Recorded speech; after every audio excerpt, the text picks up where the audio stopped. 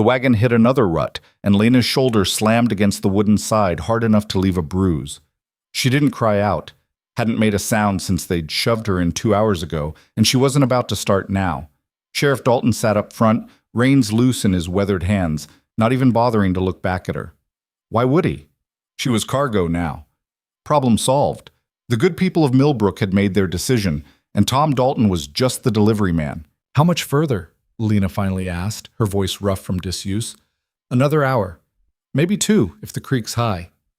2 hours. 2 more hours until she reached whatever hell they'd sentenced her to. Because that's what this was, a sentence, even if they dressed it up with words like opportunity and fresh start. Fresh start. The phrase tasted like ash in her mouth. 3 days ago, she'd had a life. Not a good one, maybe, but hers. She'd worked at the general store, kept her head down, minded her business. She'd learned young that being a woman alone meant making yourself small, invisible. It had worked for 5 years. Then Marcus Webb decided invisible wasn't good enough. Lena's hand drifted to her ribs, found the bruise there beneath her worn dress. Purple-black, tender as hell, shaped like a man's boot. That one had come after, when his brothers held her down and made sure she understood exactly what happened to women who fought back. You shouldn't have done it, Dalton said suddenly, breaking the silence. Whatever he did, you shouldn't have. He tried to rape me in the stockroom. The sheriff's shoulders tensed, but he didn't turn around. That's not what Marcus says.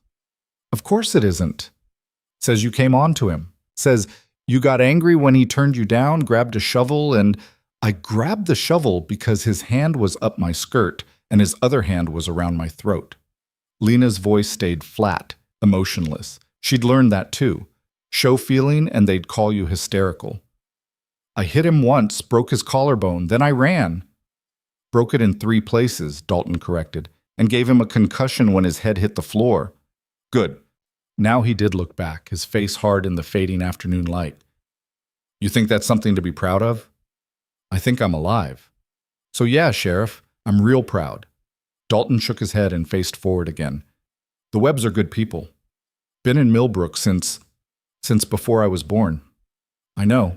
Everyone knows. Lena leaned back against the wagon side, closing her eyes. And I'm nobody. Just some orphan girl who showed up 5 years ago with nothing. I get it. I always got it. The truth was simpler than anyone wanted to admit. In a choice between a woman with no family, no money, no connections, and a man whose family owned half the county, there was no choice at all. The fact that Marcus Webb was a predator didn't matter. The fact that 3 other women had quietly left town over the past 2 years didn't matter. What mattered was keeping the peace. And Lena Voss was the price of peace. Rowan Hale's a decent man, Dalton said after a long silence. Quiet, keeps to himself but decent, works hard, needs help with the ranch. I'm sure he's thrilled about getting saddled with damaged goods. Didn't say he was thrilled, but he agreed to take you on, give you work, a place to stay. Judge said it was this, or... He stopped himself. Or jail, Lena finished. For defending myself against a rapist, I could either go to jail or become an indentured servant to a stranger in the middle of nowhere. Some choice. It's not indentured. What would you call it? Dalton had no answer for that. The landscape changed as they traveled. Green valleys giving way to harder country. The mountains rose like broken teeth against the sky, pine forests thick and dark on their slopes. The road, if you could call it that, became little more than twin ruts through wild grass. They passed abandoned homesteads, burned-out buildings, a child's doll rotting in the weeds. This was the frontier, the edge of everything, where people came to disappear. Perfect. The sun was setting when they finally turned off the main track onto an even rougher path. Lena sat up, trying to see past Dalton's broad shoulders. Through the trees, she caught glimpses of split-rail fencing, a cleared meadow, the dark shapes of cattle grazing in the distance. Then the house came into view, and her stomach dropped. It wasn't a house, it was a statement. 2 stories of rough-hewn timber and stone built solid as a fortress. No decorative touches, no welcoming porch, no flowers or paint or anything soft. Just brutal functionality. The windows were shuttered despite the warm evening, and the whole structure seemed to hunker against the mountain like it was expecting a siege. Jesus, Lena muttered. He built it himself, Dalton said, and there was something like respect in his voice. After the fire. Took him 2 years, but he did every bit of it alone. What fire? But Dalton was already pulling the wagon to a stop in front of the house, and the door was opening. Rowan Hale stepped out onto the porch, and Lena's first thought was that he matched the house perfectly. Tall, over 6 feet, broad through the shoulders in a way that spoke of hard physical labor. Dark hair worn long enough to tie back, though half of it had escaped to fall around a face that looked like it had been carved from the same stone as his house. Sharp cheekbones, hard jaw, a mouth set in a line that suggested smiling was a foreign concept. But it was his eyes that stopped her.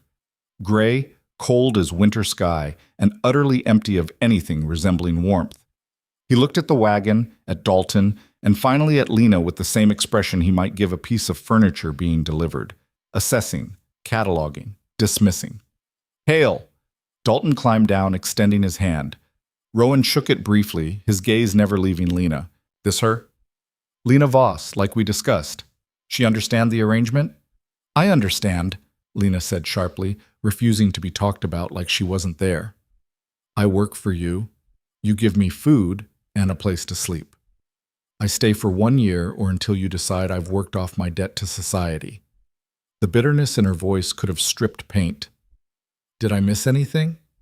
Something flickered in those gray eyes. Not quite amusement, but close. You always this agreeable? Only when I'm being sold off to strange men in the mountains. Lena, Dalton warned, but Rowan held up a hand. It's fine. He moved down the porch steps with an economy of motion that was almost unsettling. No wasted movement, no excess energy. Everything controlled. You have belongings. Lena gestured to the small cloth bag at her feet. Everything she owned in the world, 2 dresses, a brush, a book of poems her mother had given her before she died. Just this. Rowan picked up the bag like it weighed nothing and turned back toward the house. Follow me. Just like that. No welcome, no reassurance, no attempt at human decency. Just orders. Lena climbed out of the wagon, her legs stiff from the journey, and looked back at Dalton. For just a moment, something like guilt crossed the sheriff's face. It's a year, he said quietly. Just keep your head down and it'll pass quick. Go to hell, Tom. She didn't wait for his response, just turned and followed Rowan into the house. The interior matched the exterior, functional, sparse, cold. The main room held a stone fireplace big enough to stand in, a rough wooden table with 2 chairs, a few shelves lined with supplies. No curtains on the windows. No rugs on the floor. No photographs. No decorations. No signs that an actual human being lived here. It felt like a barracks. Or a prison. Kitchen's through there, Rowan said, pointing to a doorway. You'll handle all the cooking, meals at dawn, noon, and dusk. I'm not particular, but I eat a lot and I don't like waste.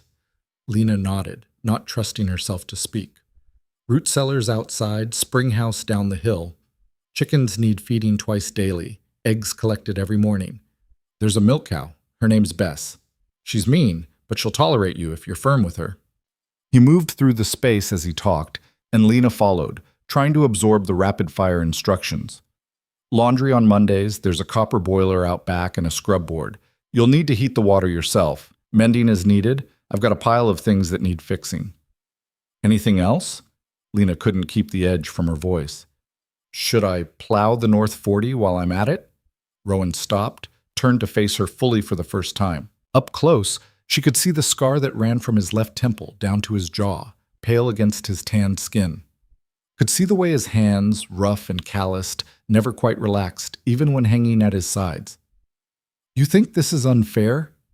I think I'm being worked like a pack mule because I had the audacity to defend myself against, I know what you did. His voice didn't rise, didn't change inflection at all, but something in it made her stop talking. I know what Marcus Webb is, what his brothers are. I know exactly why you're here instead of in a cell. Lena stared at him. Then why? Because I needed help and Dalton needed a solution. This is business, Miss Voss. Nothing more, nothing less. He turned away again, heading for the stairs. Your room's up here. The second floor was as stark as the first, a narrow hallway with 3 doors. Rowan opened the first one, revealing a small room with a bed, a dresser, and a window that looked out over the dark forest. Bedding's in the chest, candles on the dresser. Don't waste them. You'll wake at 4:30. I'll knock once. 4:30, Lena repeated numbly. Dawn comes early this time of year. Breakfast needs to be ready by 5. He set her bag on the bed. Any questions? About 1,000. Starting with what happened to the last person who lived in this room and ending with whether he'd ever smiled in his entire life. But she just shook her head. Good. I'll be in the barn if you need anything. Don't. He moved toward the door, then paused. The door has a lock. Use it if it makes you feel safer. Then he was gone, his footsteps heavy on the stairs, the front door closing with a solid thunk behind him. Lena stood alone in the small room, in the house that felt like a tomb, on a mountain that might as well be the end of the world, and let herself feel it. All of it. The fear, the anger, the bone-deep exhaustion that came from fighting a battle you knew you'd lose before it even started.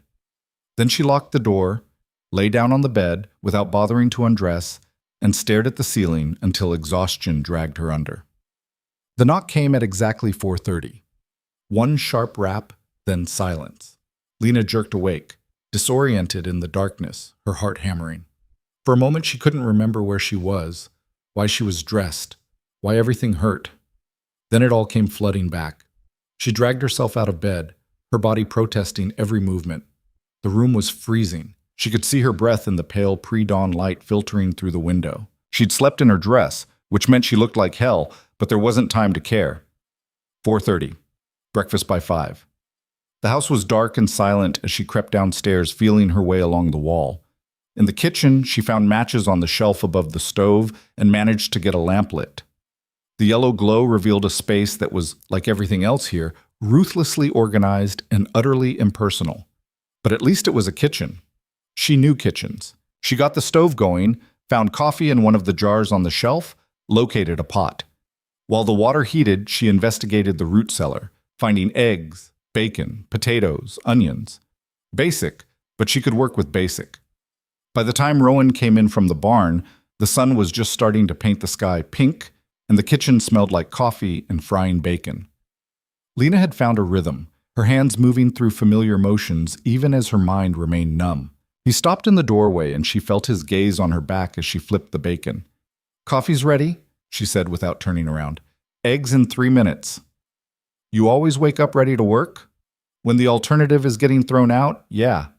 She heard him move to the table, the scrape of a chair, poured coffee into 2 tin cups and brought them over, setting his in front of him before taking her own to the stove. They ate in silence. Lena had made too much, nervous energy translating into extra portions, but Rowan ate steadily, methodically, until his plate was clean. He didn't compliment the food, didn't criticize it, didn't acknowledge it at all beyond consuming it. When he was finished, he stood, carried his plate to the wash basin, and turned to face her. "You'll spend today learning the property. Where everything is, how everything works. Tomorrow you start the regular schedule." He pulled on his coat, a heavy canvas thing that had seen better years. "I'll be working the north fence line. If you need me, ring the bell outside the kitchen door 3 times. Otherwise, stay out of the barn unless I'm with you." "Why?" "Because I said so." And he was gone. Lena stood in the kitchen, surrounded by dirty dishes and the lingering smell of breakfast, and felt something close to rage building in her chest. This was her life now. This cold house, this colder man, this endless list of tasks designed to keep her too busy to think about how thoroughly she'd been screwed. She looked around the kitchen, at the bare walls and empty shelves, at the complete absence of anything human or warm, and made a decision. She was going to survive a year in this place. She wasn't going to do it in a tomb. The first week passed in a blur of work. Rowan hadn't been exaggerating about the amount of labor required to keep the ranch running. Lena woke at 4:30 every morning to that single knock, cooked breakfast, then spent the day cycling through an endless list of tasks. Feeding chickens, collecting eggs, milking Bess, who was indeed mean as a snake, hauling water, washing clothes, mending, cooking, cleaning, and then doing it all again. Her hands, soft from years of store work, blistered and bled. Her back ached constantly. She fell into bed each night too exhausted to even think, which was probably a blessing. But she also noticed things. Rowan kept to a schedule as rigid as everything else about him. Up before dawn, in from the fields at noon for a quick meal, back out until dusk. He rarely spoke beyond giving instructions, never asked about her, never offered information about himself, ate whatever she put in front of him without comment, moved through the house like a ghost, leaving no trace of his presence beyond the work that got done. It should have been easier, this arrangement. No expectations, no complicated emotions, just labor exchanged for survival. But something about it gnawed at Lena. The wrongness of it. The waste. The house could be beautiful. It had good bones, solid construction, windows that would let in plenty of light if they weren't shuttered. The location was stunning, perched on a hillside with views of the valley and mountains that took her breath away the first time she saw them properly. But Rowan had turned it into a fortress. A place designed to keep the world out, to maintain distance, to ensure nothing soft or warm or alive could take root. On the 8th day, Lena went exploring. She'd finished her morning tasks and had a rare hour before she needed to start lunch. Rowan was somewhere in the high pasture, far enough away that she couldn't see him, and there was a shed behind the house she hadn't investigated yet. The door stuck, swollen from mountain moisture, but she got it open and found herself looking at what must have been 5 years of accumulated stuff. Furniture mostly, a rocking chair with a broken runner, a small table, a trunk, boxes of things covered in dust and cobwebs. Lena pulled the trunk out into the sunlight and lifted the lid. Fabric. Beautiful fabric. Calico prints, gingham, even a piece of silk the color of butter. Beneath that, curtains. Hand-sewn, delicate, completely out of place in the harsh world Rowan had built. There were other things, too. A set of china plates wrapped in newspaper. A sampler with flowers embroidered on it. A woman's shawl. Lena sat back on her heels, holding the shawl, and understood. Someone had lived here before. Someone who had tried to make this place a home. And now all of that someone's things were rotting in a shed while Rowan lived in a self-imposed tomb. The fire, Dalton had said. After the fire. Lena looked at the fabric, at the curtains, at the evidence of a life that had been lived and lost, and made another decision. Maybe a reckless one. Maybe a stupid one.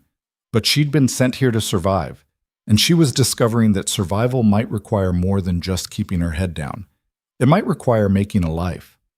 She started small, washed the curtains, mended the tears, hung them in the kitchen windows. The transformation was immediate, sunlight pouring in, the room suddenly feeling twice as large, almost welcoming. Rowan noticed that evening at dinner. He stopped in the doorway, stared at the windows for a long moment, and Lena braced herself for anger. Instead, he just moved to the table and sat down without a word. That night, though, she heard him moving around downstairs long after he usually went to bed. Heavy footsteps, the sound of something being dragged. But when she came down the next morning, everything looked the same, except the curtains were still hanging. Emboldened, Lena continued. She fixed the rocking chair and put it on the porch, swept the cobwebs from the corners, put wildflowers in a jar on the table. Small changes, subtle, but each one pushing back against the suffocating emptiness. Rowan never commented, never acknowledged the changes at all, but he never took them down either, and Lena started to wonder what exactly had happened here. What had built a man who could construct a beautiful house and then drain every ounce of life from it? Who could work from dawn to dusk with perfect discipline but couldn't bear the sight of flowers on his own table? She got part of her answer on a Tuesday afternoon. She'd been sent to the barn to get a bag of flour from the storage room. Rowan was in the north pasture. She'd seen him ride out that morning. The barn was empty, dim and cool, smelling of hay and leather. The storage room was in the back, and she was halfway there when she noticed the door that was usually closed standing slightly ajar. Through the gap, she could see what looked like living quarters. A cot, a chair, a small stove. Curiosity pulled her forward. She knew she shouldn't look, knew it was none of her business, but her hand was already pushing the door wider. The room was neat as everything else Rowan touched, but it wasn't empty. There were things here, personal things, a photograph on the makeshift shelf above the cot. Lena stepped closer, picked it up. A woman smiled out at her from the faded image. Young, maybe 20, with light hair and kind eyes. She wore a simple dress and stood in front of this very house, but it looked different, softer, welcoming. There were flowers in window boxes, curtains in the windows, a swing hanging from the porch, and next to the woman, his arm around her waist, was a younger version of Rowan. Same face, same build, but completely different. He was smiling. Actually smiling, his whole face transformed by it, looking at the woman like she'd hung the moon. "What are you doing in here?" Lena spun around so fast she nearly dropped the photograph. Rowan stood in the doorway, and for the first time since she'd met him, there was expression on his face. Anger, cold and sharp. "I'm sorry, I was getting flour, and the door was open, and She was fumbling, hating how weak she sounded. "I'm sorry." He crossed the space in 3 strides and took the photograph from her hands, his movements careful despite the fury radiating from him. "This is private." "I know. I shouldn't have—" "No, you shouldn't have." He set the photograph back on the shelf, positioned it exactly as it had been. "The flower's in the storage room. Get it and get out." Lena fled. That night, dinner was silent and tense. Rowan ate quickly and disappeared back outside. Lena washed the dishes with shaking hands, furious at herself for violating his privacy, for giving him reason to see her as just another problem to manage. But later, lying in bed, she couldn't stop thinking about that photograph. About the man Rowan had been, young, happy, in love. And the man he was now, hard, closed off, living in a barn room rather than the house he'd built. What had the fire taken from him? Just a house? Or something infinitely more precious? And was it possible for someone to come back from that kind of loss? 3 weeks in, the routine was established and Lena had stopped thinking about Millbrook every waking moment. The work was hard but satisfying in a way she hadn't expected. She was getting stronger, her hands toughening, her body adjusting to the demands. And she was starting to understand Rowan. Not that he'd become chattier or warmer, he remained as distant as the mountains. But she'd learned to read him through other signs. The way he maintained his tools, cleaning and oiling them every evening with meticulous care. The way he handled the horses, firm but never harsh, talking to them in a low voice she never quite heard. The way he always made sure the woodpile was stocked before a storm rolled in. The way he fixed things before they broke. He was a man who valued reliability, consistency, control over chaos. And then there was the fact that he worked himself nearly to death. Lena would see him ride out at dawn and not return until dark, would watch him repair fence lines in driving rain, would hear him in the barn at midnight checking on a sick calf. He never complained, never slowed down, never asked for help. It was like he was trying to outrun something, or maybe trying to work hard enough that he wouldn't have to think. She understood that impulse more than she wanted to admit. They were settling into an uneasy coexistence, carefully orbiting each other without collision when everything changed. It was a Saturday afternoon, warm and clear. Lena was in the garden, another of her projects, small but productive, when she heard horses coming up the track.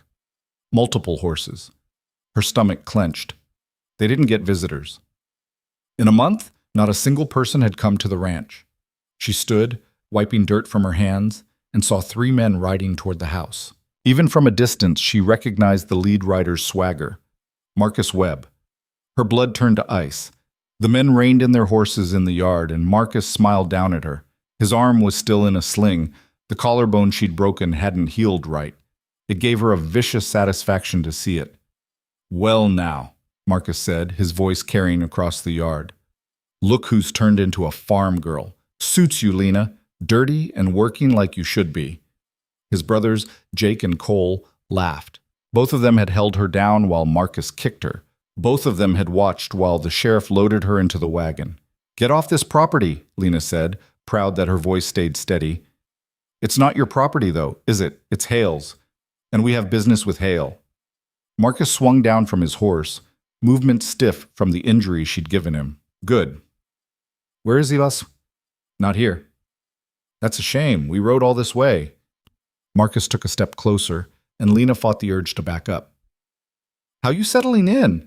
Hale treating you right, or is he working you the way a woman like you deserves to be worked?" The implication was clear, and bile rose in Lena's throat. "My arrangement with Mr. Hale is none of your concern." "Oh, I think it is. See, you being here instead of in jail where you belong, that's a courtesy. A favor from my family to this community. We could revoke that favor any time." He was close enough now that she could smell whiskey on his breath. "Especially if we had reason to believe you weren't fulfilling your obligations." "I've done everything I was—" "Have you?" Marcus reached out and Lena jerked back, but not fast enough. His fingers caught a strand of her hair, tugged it. Because it seems to me like you're making yourself awful comfortable here. Pretty curtains, flower gardens, living like you think you deserve decent things. Let go of me. Or what? You gonna break my other collarbone? He yanked harder, and pain shot across her scalp. I'd like to see you try. She won't have to.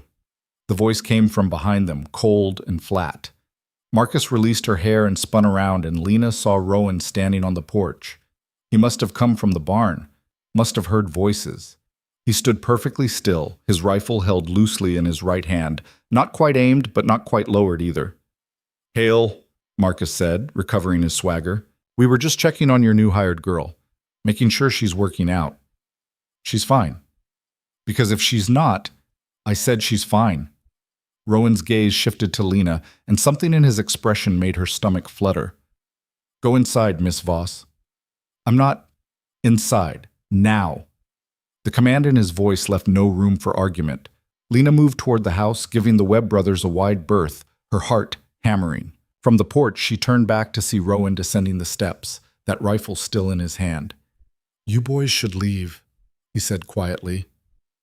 "We're on a public road," Jake said, puffing up. "We got every right to—" "This is private property. You're trespassing." Rowan's voice never rose, never changed, but there was something in it that made even Jake falter. "And you put your hands on someone under my protection. So I'll say it once more. Leave." "Protection?" Marcus laughed, but it sounded forced. "That what you're calling it? You're harboring a criminal, Hale. A violent woman who defended herself against a rapist." Rowan took another step forward, and now the rifle was definitely rising. "I know what you are, Marcus, what you've done. So does everyone in these mountains. The difference is, I don't give a damn about your family's money or influence." The temperature of the confrontation dropped 10 degrees. "You're making a mistake," Marcus said, but he was backing toward his horse now. "My father has influence in—" "Your father's influence ends at the valley. Up here, there's just you, me, and the choice you're about to make." Rowan's eyes were like ice chips. "Choose carefully." For a long moment, nobody moved. Then Marcus swung up onto his horse, his face flushed with anger and humiliation. "This isn't over. It is for today." The Webb brothers turned their horses and rode back down the track, kicking up dust. Rowan stood watching until they were completely out of sight, and only then did he lower the rifle. Lena realized she was shaking. Rowan turned and saw her there on the porch, saw the tremor in her hands, the fear she couldn't quite hide. His expression softened. Just barely, just for a moment. "Are you hurt?" She shook her head, not trusting her voice. "Did he? Just grab my hair, I'm fine." The words came out rough. "You didn't have to do that." "Yes, I did." "Why?" The question burst out of her. "I'm nothing to you, just someone you got saddled with. Why would you—" "Because no one deserves to be treated like that." He moved past her toward the door, then paused. "And because while you're here, you're under my roof. That means something." Then he was inside, leaving Lena standing on the porch, her heart still racing, but for entirely different reasons now. For the first time in her life, someone had stood up for her, had put themselves between her and danger without hesitation, without calculation. Had chosen, in that moment, to protect her. It changed something, shifted the foundation of whatever this arrangement was. And as Lena went back inside, back to the life she was building in this cold house with this closed-off man, she felt the first real spark of hope she'd known in years. Maybe, just maybe, survival wasn't the highest she could aim for here. Maybe she could actually live. That night, dinner was different. Not in any obvious way. The food was the same, the table was the same, Rowan's silence was the same. But the air between them had shifted, charged with something Lena couldn't quite name. Awareness, maybe, or the fragile beginning of trust. She set his plate down and took her usual seat across from him, picking at her own food while her mind replayed the afternoon over and over, Marcus's hand in her hair, the cold certainty that they'd come to hurt her, to remind her of her place. And then Rowan, appearing like something out of a fever dream, that rifle in his hands and ice in his voice. "You're not eating." Lena looked up to find him watching her, his expression unreadable in the lamplight. "Not very hungry. You need to eat." He took a bite of his own meal, chewed, swallowed. Can't work on an empty stomach. Is that all you think about? Work? The question came out sharper than she'd intended, but Rowan didn't react, just kept eating with that same methodical rhythm. It's what keeps this place running. And what happens when the place is running perfectly, but you've worked yourself to death? Lena pushed her fork around her plate. I've been here a month and I don't think I've seen you sit still for more than 20 minutes. Didn't realize you were keeping track. Hard not to notice when you're up before dawn and still in the barn at midnight. Rowan set down his fork, leaned back in his chair. You got something to say? Say it. Those men today, they'll come back. Probably. And when they do? Same thing happens. His voice was flat, matter of fact. They leave or I make them leave. You can't fight the whole Webb family. Don't plan to fight them. Just plan to make it clear you're off limits. He picked up his fork again. Now eat. You're skinny enough already. Lena wanted to argue, wanted to push back against his assumption that he could just order her around. But the truth was, she was touched. More than touched. Something warm was unfurling in her chest, dangerous and terrifying. She ate. Later, after the dishes were washed and Rowan had disappeared back outside to do whatever it was he did in the dark hours, Lena stood at the kitchen window and looked out at the barn.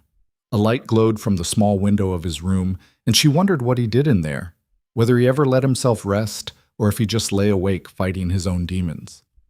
She thought about the photograph she'd seen. The smiling man with his arm around a woman who was clearly his whole world. And she wondered, not for the first time, how someone survived losing that. The answer, she was starting to realize, was that maybe they didn't. Maybe they just built walls high enough that the world couldn't reach them anymore. Worked hard enough that they didn't have time to feel. Chose emptiness over the risk of being destroyed again. It was the smart choice, probably. The safe one.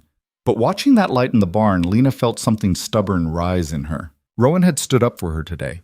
Had put himself between her and men who wanted to hurt her. Had done it without hesitation or expectation of gratitude.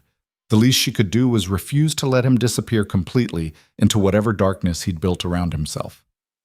The next morning, she made his favorite breakfast. The one meal he'd ever come close to complimenting by going back for seconds. Eggs scrambled with cheese, bacon fried crispy, biscuits with honey. When he came in from the barn, she had it all waiting, along with fresh coffee. Rowan stopped in the doorway, taking in the spread. What's the occasion?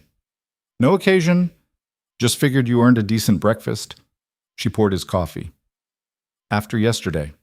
He sat down slowly, like he was waiting for the trap to spring. I don't need thanks. Good, because I'm not thanking you. I'm feeding you. There's a difference. Something that might have been amusement flickered across his face. Fair enough. They ate in companionable silence, and when Rowan finished, he actually paused before heading back out. Lena? It was the first time he'd used her first name. The sound of it in his rough voice did something strange to her pulse. Yeah? Those curtains you hung, in the kitchen. He was looking past her, out the window, anywhere but at her face. They're good.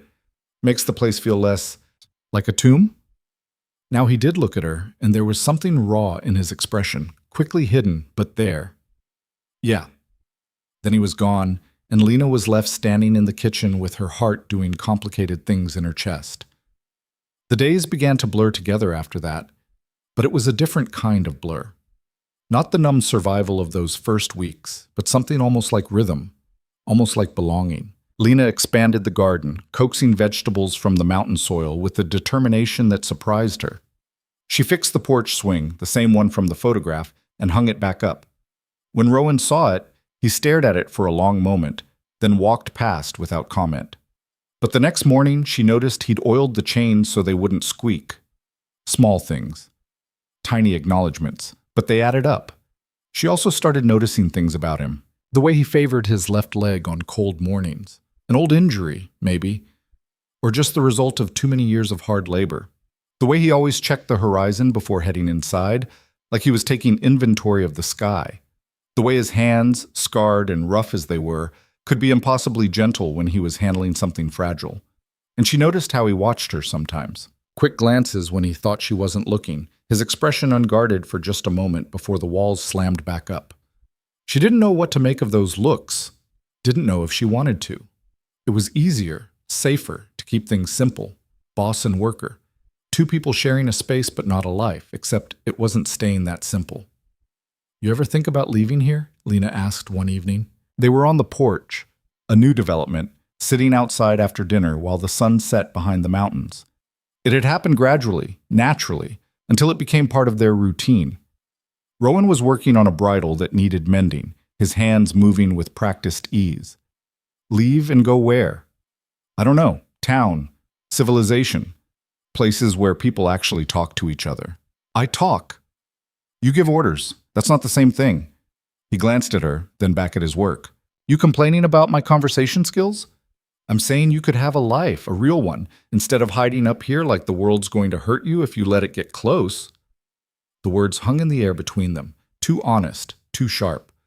Lena braced herself for anger, for him to shut down or walk away. Instead, Rowan just kept working on the bridle. When he finally spoke, his voice was quiet. The world already hurt me. That's how I know what it can do. So you just gave up? Decided that was it? One chance at happiness, and when it's gone, you're done? That's not... He stopped, jaw working. It's more complicated than that. Is it? Because from where I'm sitting, it looks pretty simple.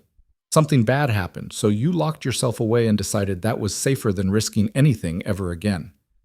Now he did put down the bridle, turned to face her fully. You don't know what you're talking about. Then tell me. Tell me what happened that was so terrible you had to turn yourself into a machine. Lena, I saw the photograph, Rowan. I know there was someone.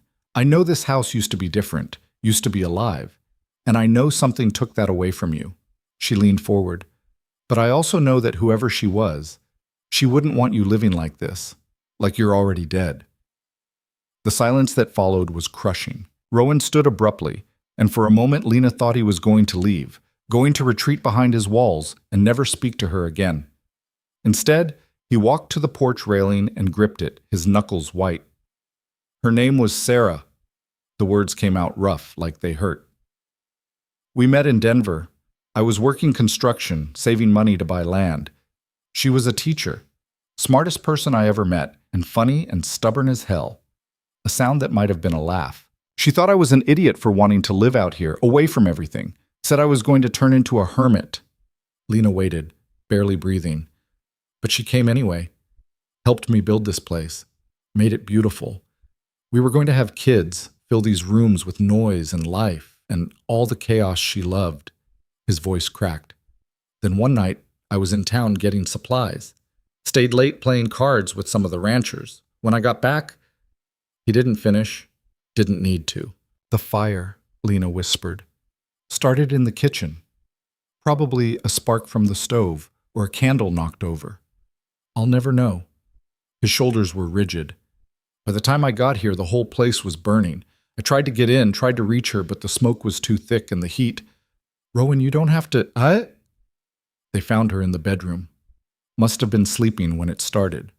The doctor said the smoke got her before the flames did, that she didn't suffer. He finally turned to look at her, and his eyes were devastated.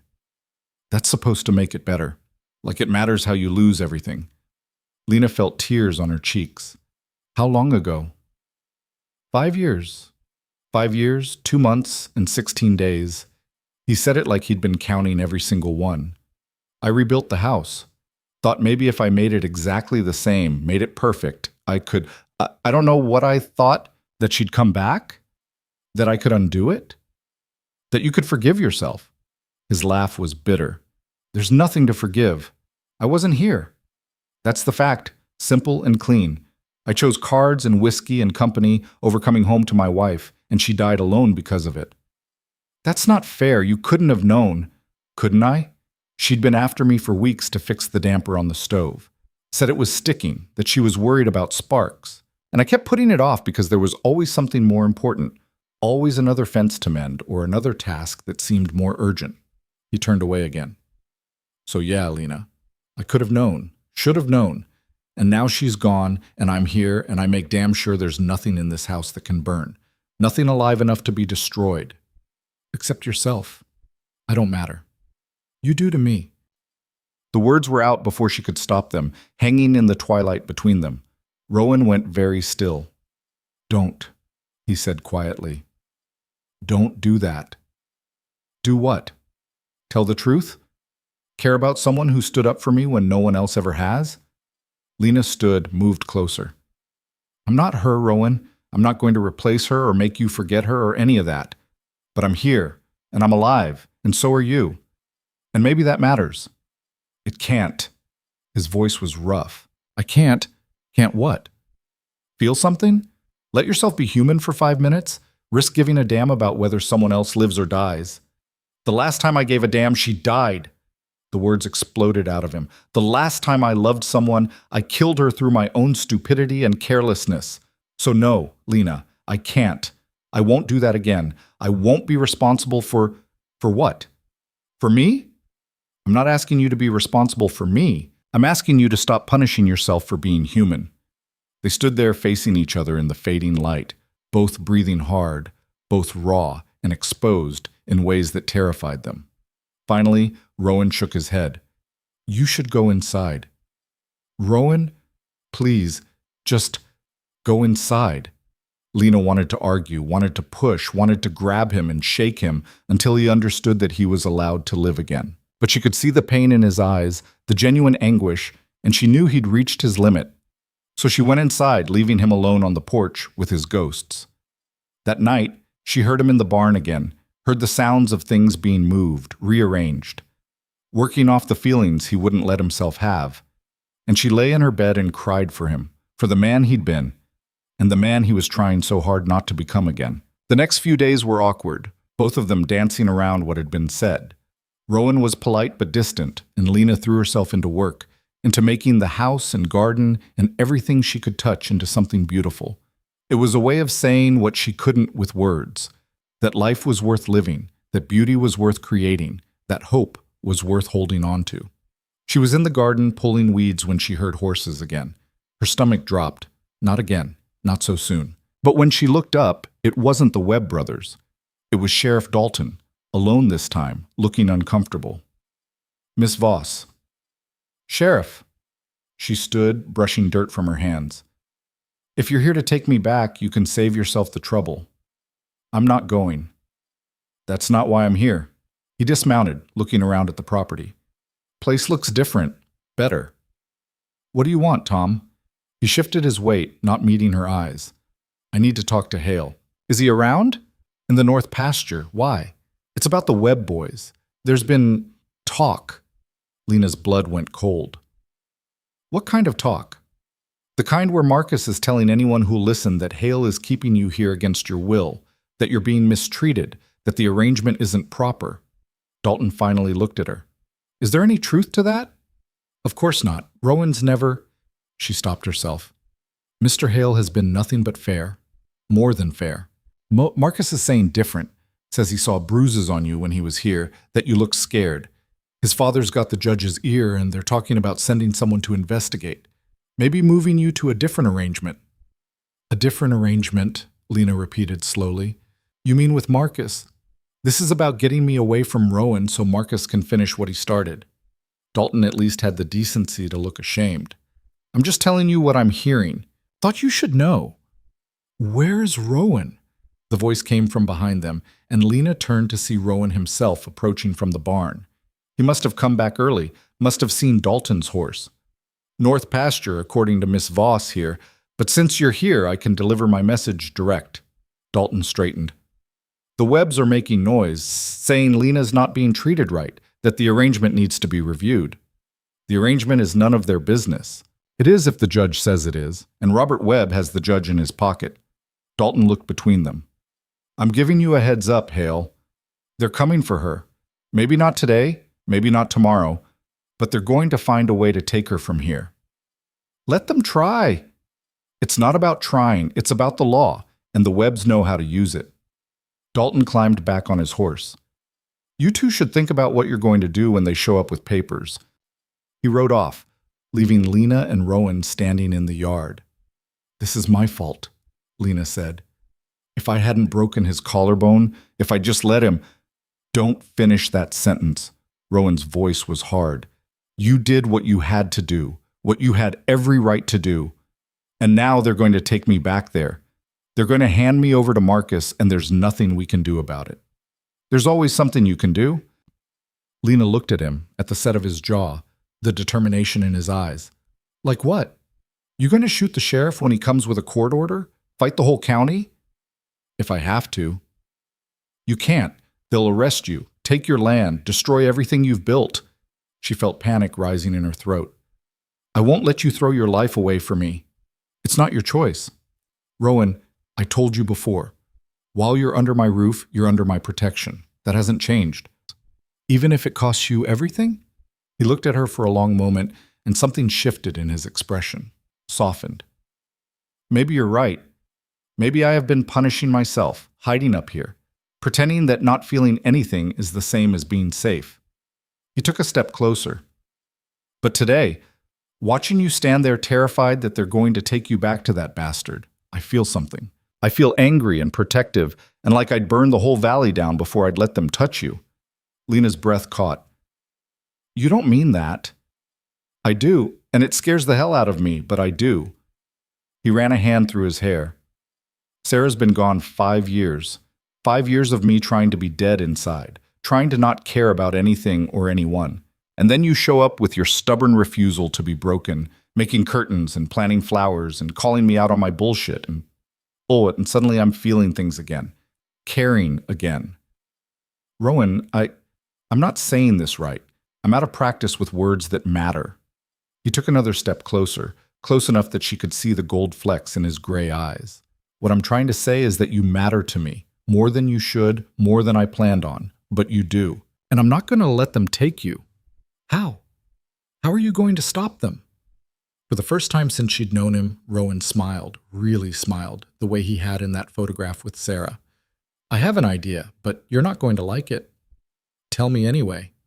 Marry me. Lena stared at him. What? Marry me. Tonight. Right now, if we can manage it. He was talking faster now, the words tumbling out. If we're married, they can't claim the arrangement is improper. Can't say I'm keeping you here against your will. You'd be my wife, with all the legal protections that brings. That's insane. Probably. But it's also the only way I can think of to keep you safe. You're talking about marriage, Rowan. Real marriage. You'd be tied to me, legally bound, all because of some threat from Marcus Webb? Not because of Marcus. His voice gentled. Because I don't want to lose you. And if marriage is what it takes to keep you here, to keep you safe, then that's what I'll do.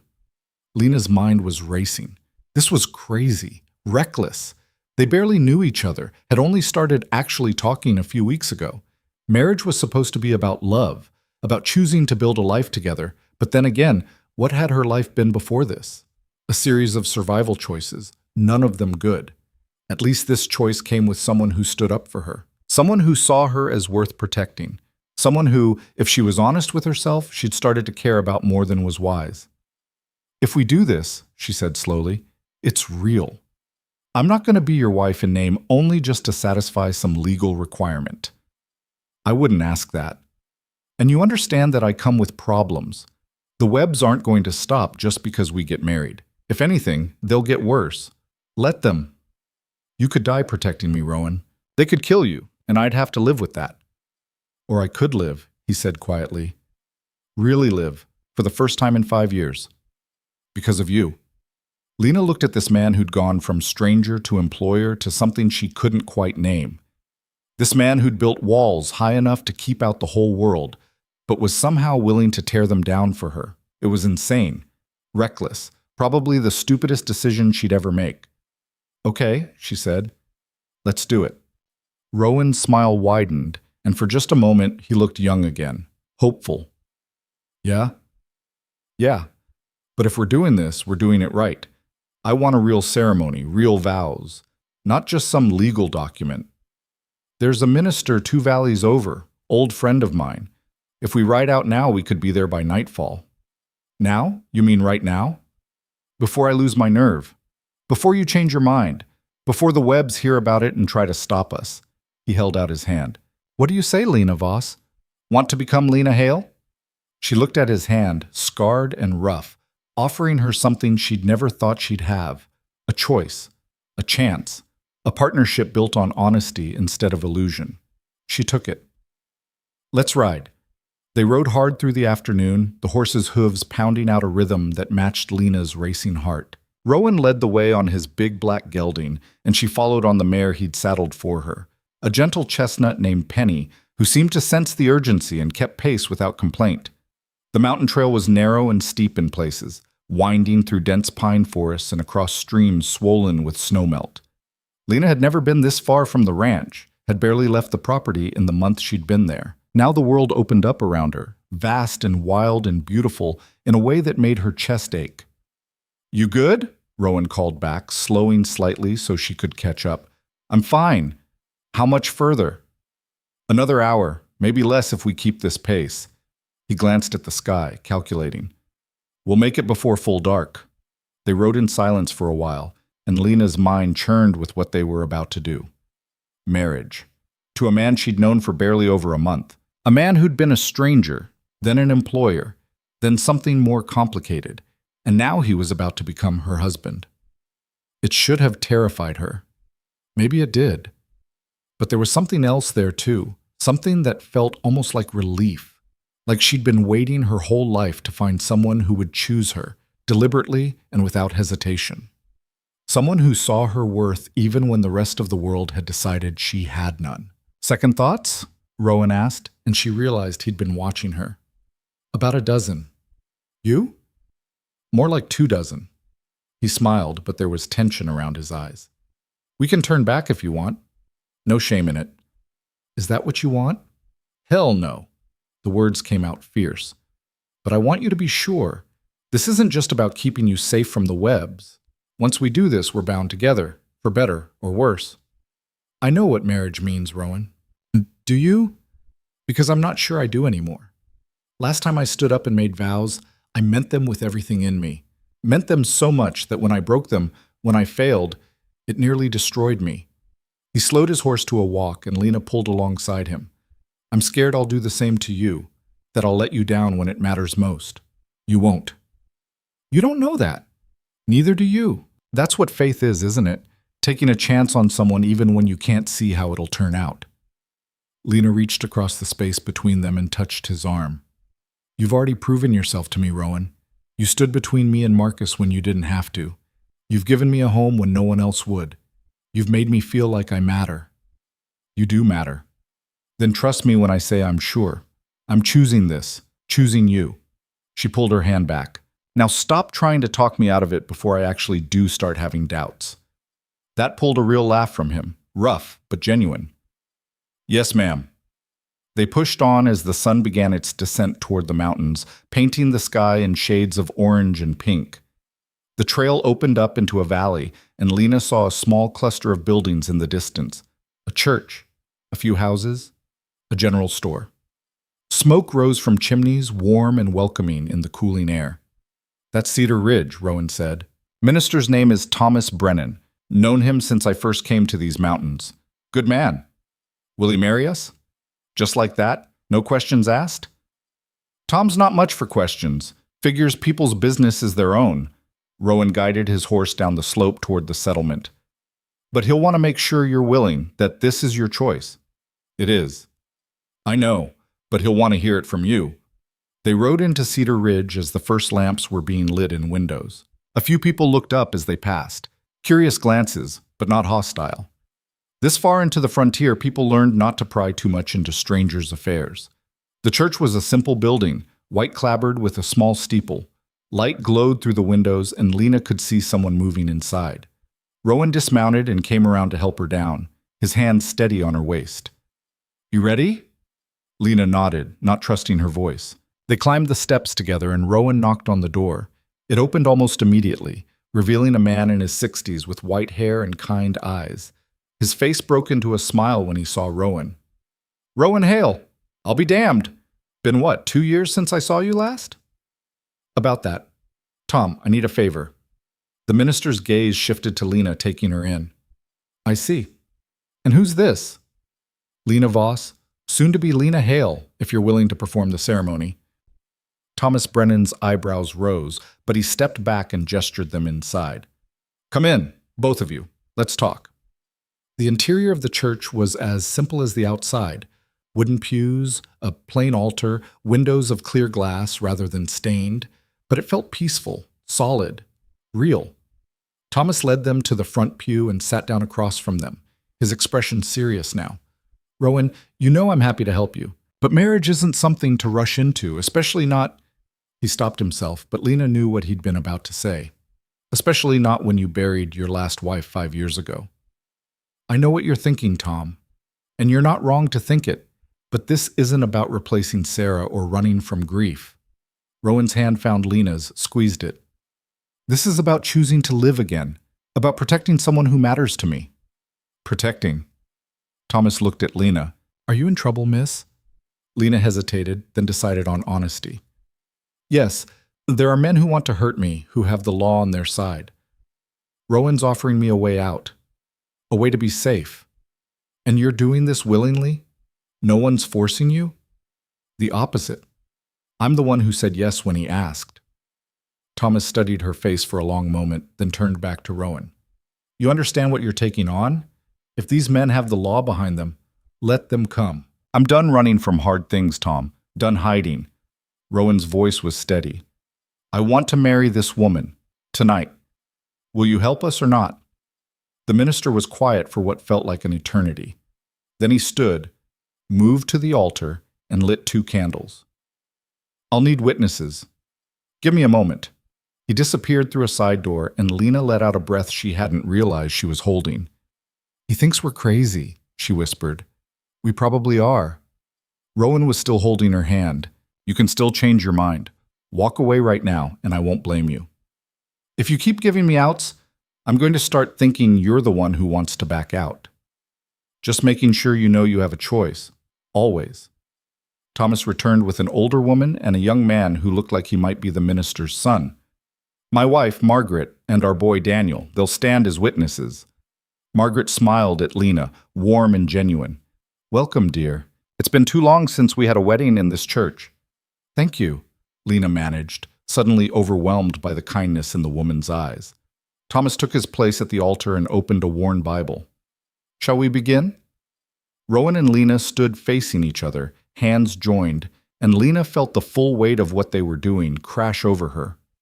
This was real. In a few minutes, she would be married to this man, this complicated, damaged, unexpectedly gentle man who'd somehow become essential to her in such a short time. "Marriage," Thomas began, "is a covenant between 2 people, a promise to stand together through whatever comes, joy and sorrow, plenty and want, sickness and health.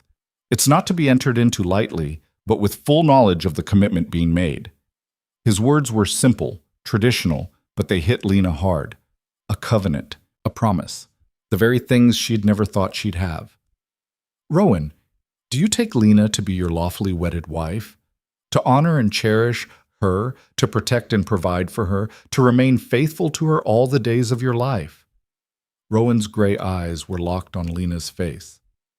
"I do." "Lena, do you take Rowan to be your lawfully wedded husband, to honor and cherish him, to stand beside him in all things, to remain faithful to him all the days of your life?" Lena's throat was tight. "I do." "Have you rings to exchange?" Rowan shook his head.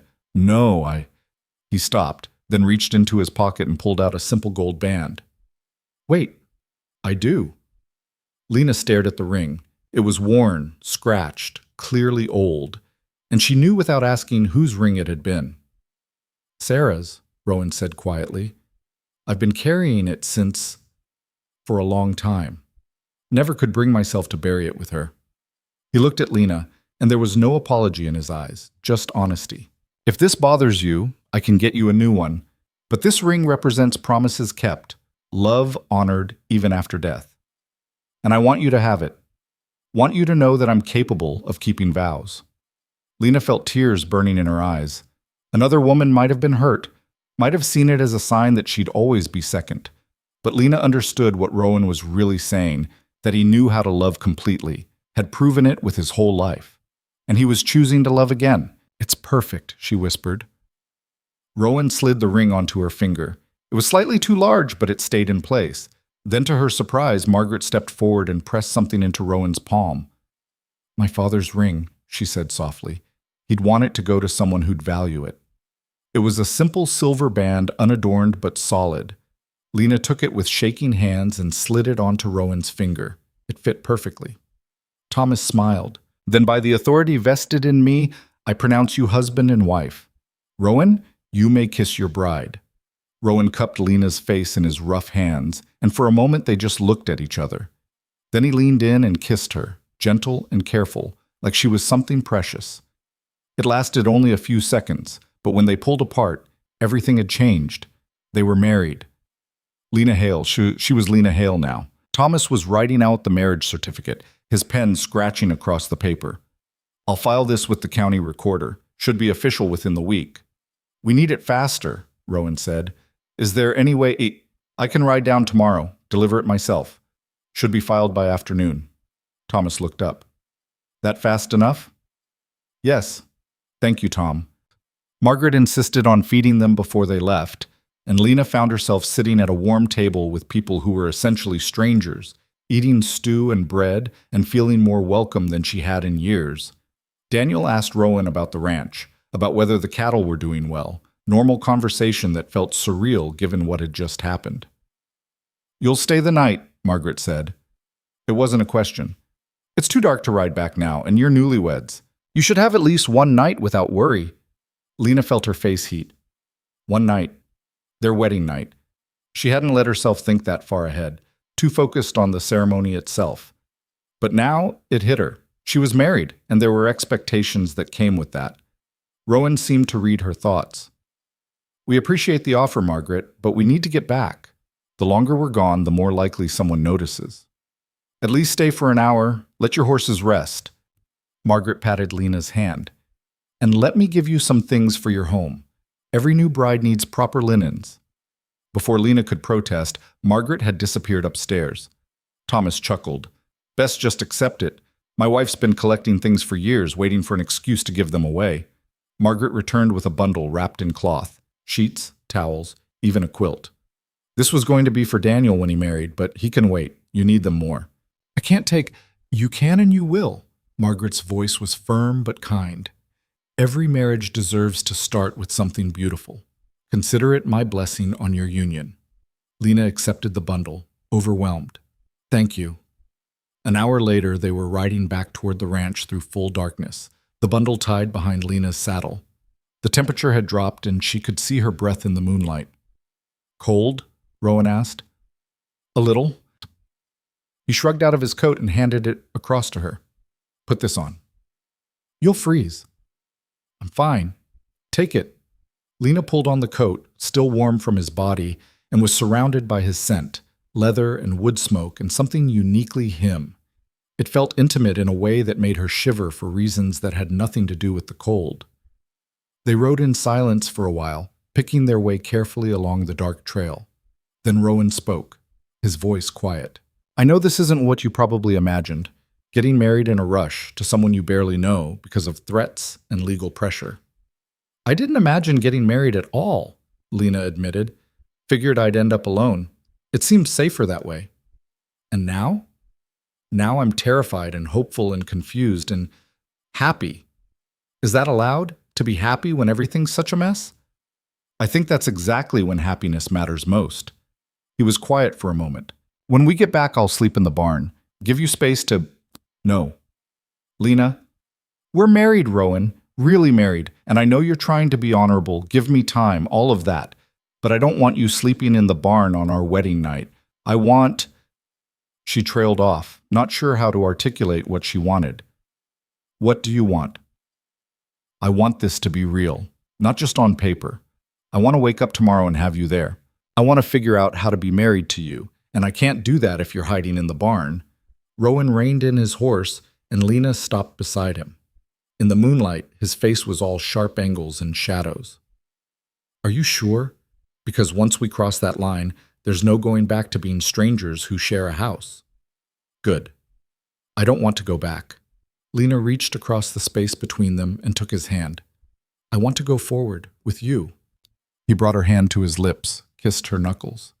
Then forward it is. They reached the ranch well after midnight, both exhausted but running on adrenaline. Rowan took care of the horses while Lena went inside and lit lamps, her hands shaking slightly as she moved through the now familiar space that had become something different. A home. Their home. When Rowan came in, stamping dirt from his boots, she was standing in the kitchen with 2 cups of coffee she'd somehow managed to make despite her nerves. "Thought you might want something warm," she said. He took the cup, their fingers brushing. "Thank you." They stood there drinking coffee in the lamplight, and it was simultaneously the most natural thing in the world and the strangest. Husband and wife. The words kept echoing in Lena's head, surreal and wonderful and terrifying. "So," Rowan said finally, "I should probably... He gestured vaguely toward the stairs. "Rowan." "Yeah?" "Stop being nervous. It's me." That pulled a surprised laugh from him. "I know it's you. That's why I'm nervous." Lena set down her cup and moved closer. "We don't have to do anything tonight. We can just sleep. But I meant what I said. I want you there. I want to start this marriage right." Rowan cupped her face, his thumb brushing her cheek. "You're something else. You know that?" "Is that good or bad?" "Good. Definitely good." He kissed her, longer this time, less careful. When he pulled back, his voice was rough. "Let's go upstairs." Lena's room, their room now, looked different in the lamplight. The bed seemed larger, more significant. Lena felt her courage wavering slightly, but then Rowan was there, pulling her close. "We take this at your pace," he said. "Whatever you're comfortable with. No pressure, no expectations. Understand?" She nodded against his chest. They undressed awkwardly, turning away from each other, both suddenly shy despite their earlier bravado. When Lena finally slipped under Margaret's quilt in just her shift, Rowan was already there in his undershirt and trousers, keeping a careful distance. "This okay?" he asked. "Yeah." Lena turned to face him. "You can come closer. I won't bite." "I might?" The joke surprised a laugh out of her, breaking the tension. Rowan gathered her into his arms, and she went willingly, pressing her face against his shoulder. He was warm and solid and safe, and after a month of sleeping alone in this bed, having him there felt right. "Thank you," she whispered. "For what?" "For choosing me. For standing up when no one else would. For making me your wife." His arms tightened around her. "Thank you for saying yes. For giving me a reason to stop hiding." He pressed a kiss to the top of her head. "For making me want to live again." They lay there in the darkness, holding each other, and Lena felt something in her chest unlock. Some knot of fear and loneliness that had been there so long she'd stopped noticing it. This man, this complicated, grieving, unexpectedly tender man, had seen her worth when the world had decided she was worthless, had chosen her deliberately, had bound himself to her legally and now physically. Whatever happened next, whatever the Webbs tried to do, she wouldn't face it alone. She had a husband, a home, a chance at something better. Morning came too soon. Lena woke to gray pre-dawn light and found herself tangled with Rowan, his arm heavy across her waist, his breath warm against her neck. Sometime in the night they'd moved together, seeking warmth and comfort without conscious thought. She lay still, not wanting to wake him, cataloging the unfamiliar intimacy of it. The weight of his body, the steady rhythm of his breathing, the way his hand rested possessively on her hip. It should have felt strange, sleeping with a man she barely knew. Instead, it felt inevitable, like pieces of a puzzle finally clicking into place.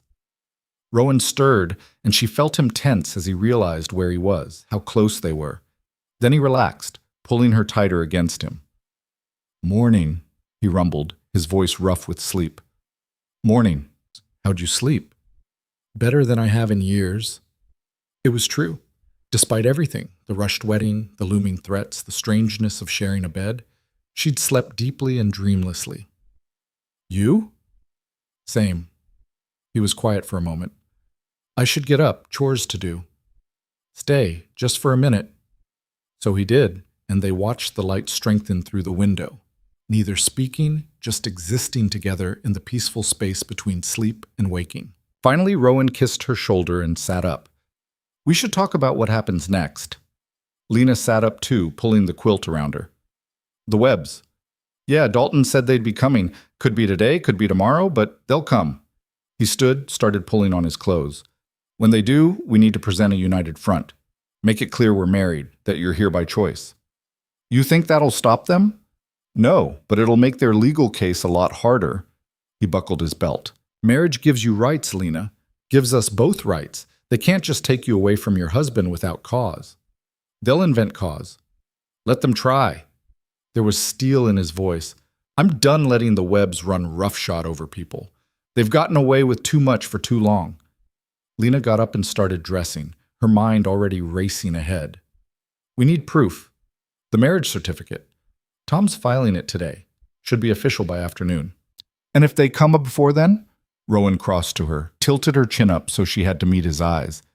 Then we tell them the truth, that we're married, that you're my wife, and that they can go to hell if they don't like it. Despite her fear, Lena smiled. You have such a way with words. I'm learning. He kissed her, quick and fierce. Now let's get breakfast. We're going to need our strength. They were finishing the morning meal when they heard horses approaching. Multiple horses, moving fast. Lena's stomach dropped. That's them. Rowan stood, his face hardening into that familiar mask. Stay inside. No. We face this together. He looked like he wanted to argue, then nodded. Together. But stay behind me. They went out onto the porch, and Lena's worst fears were confirmed.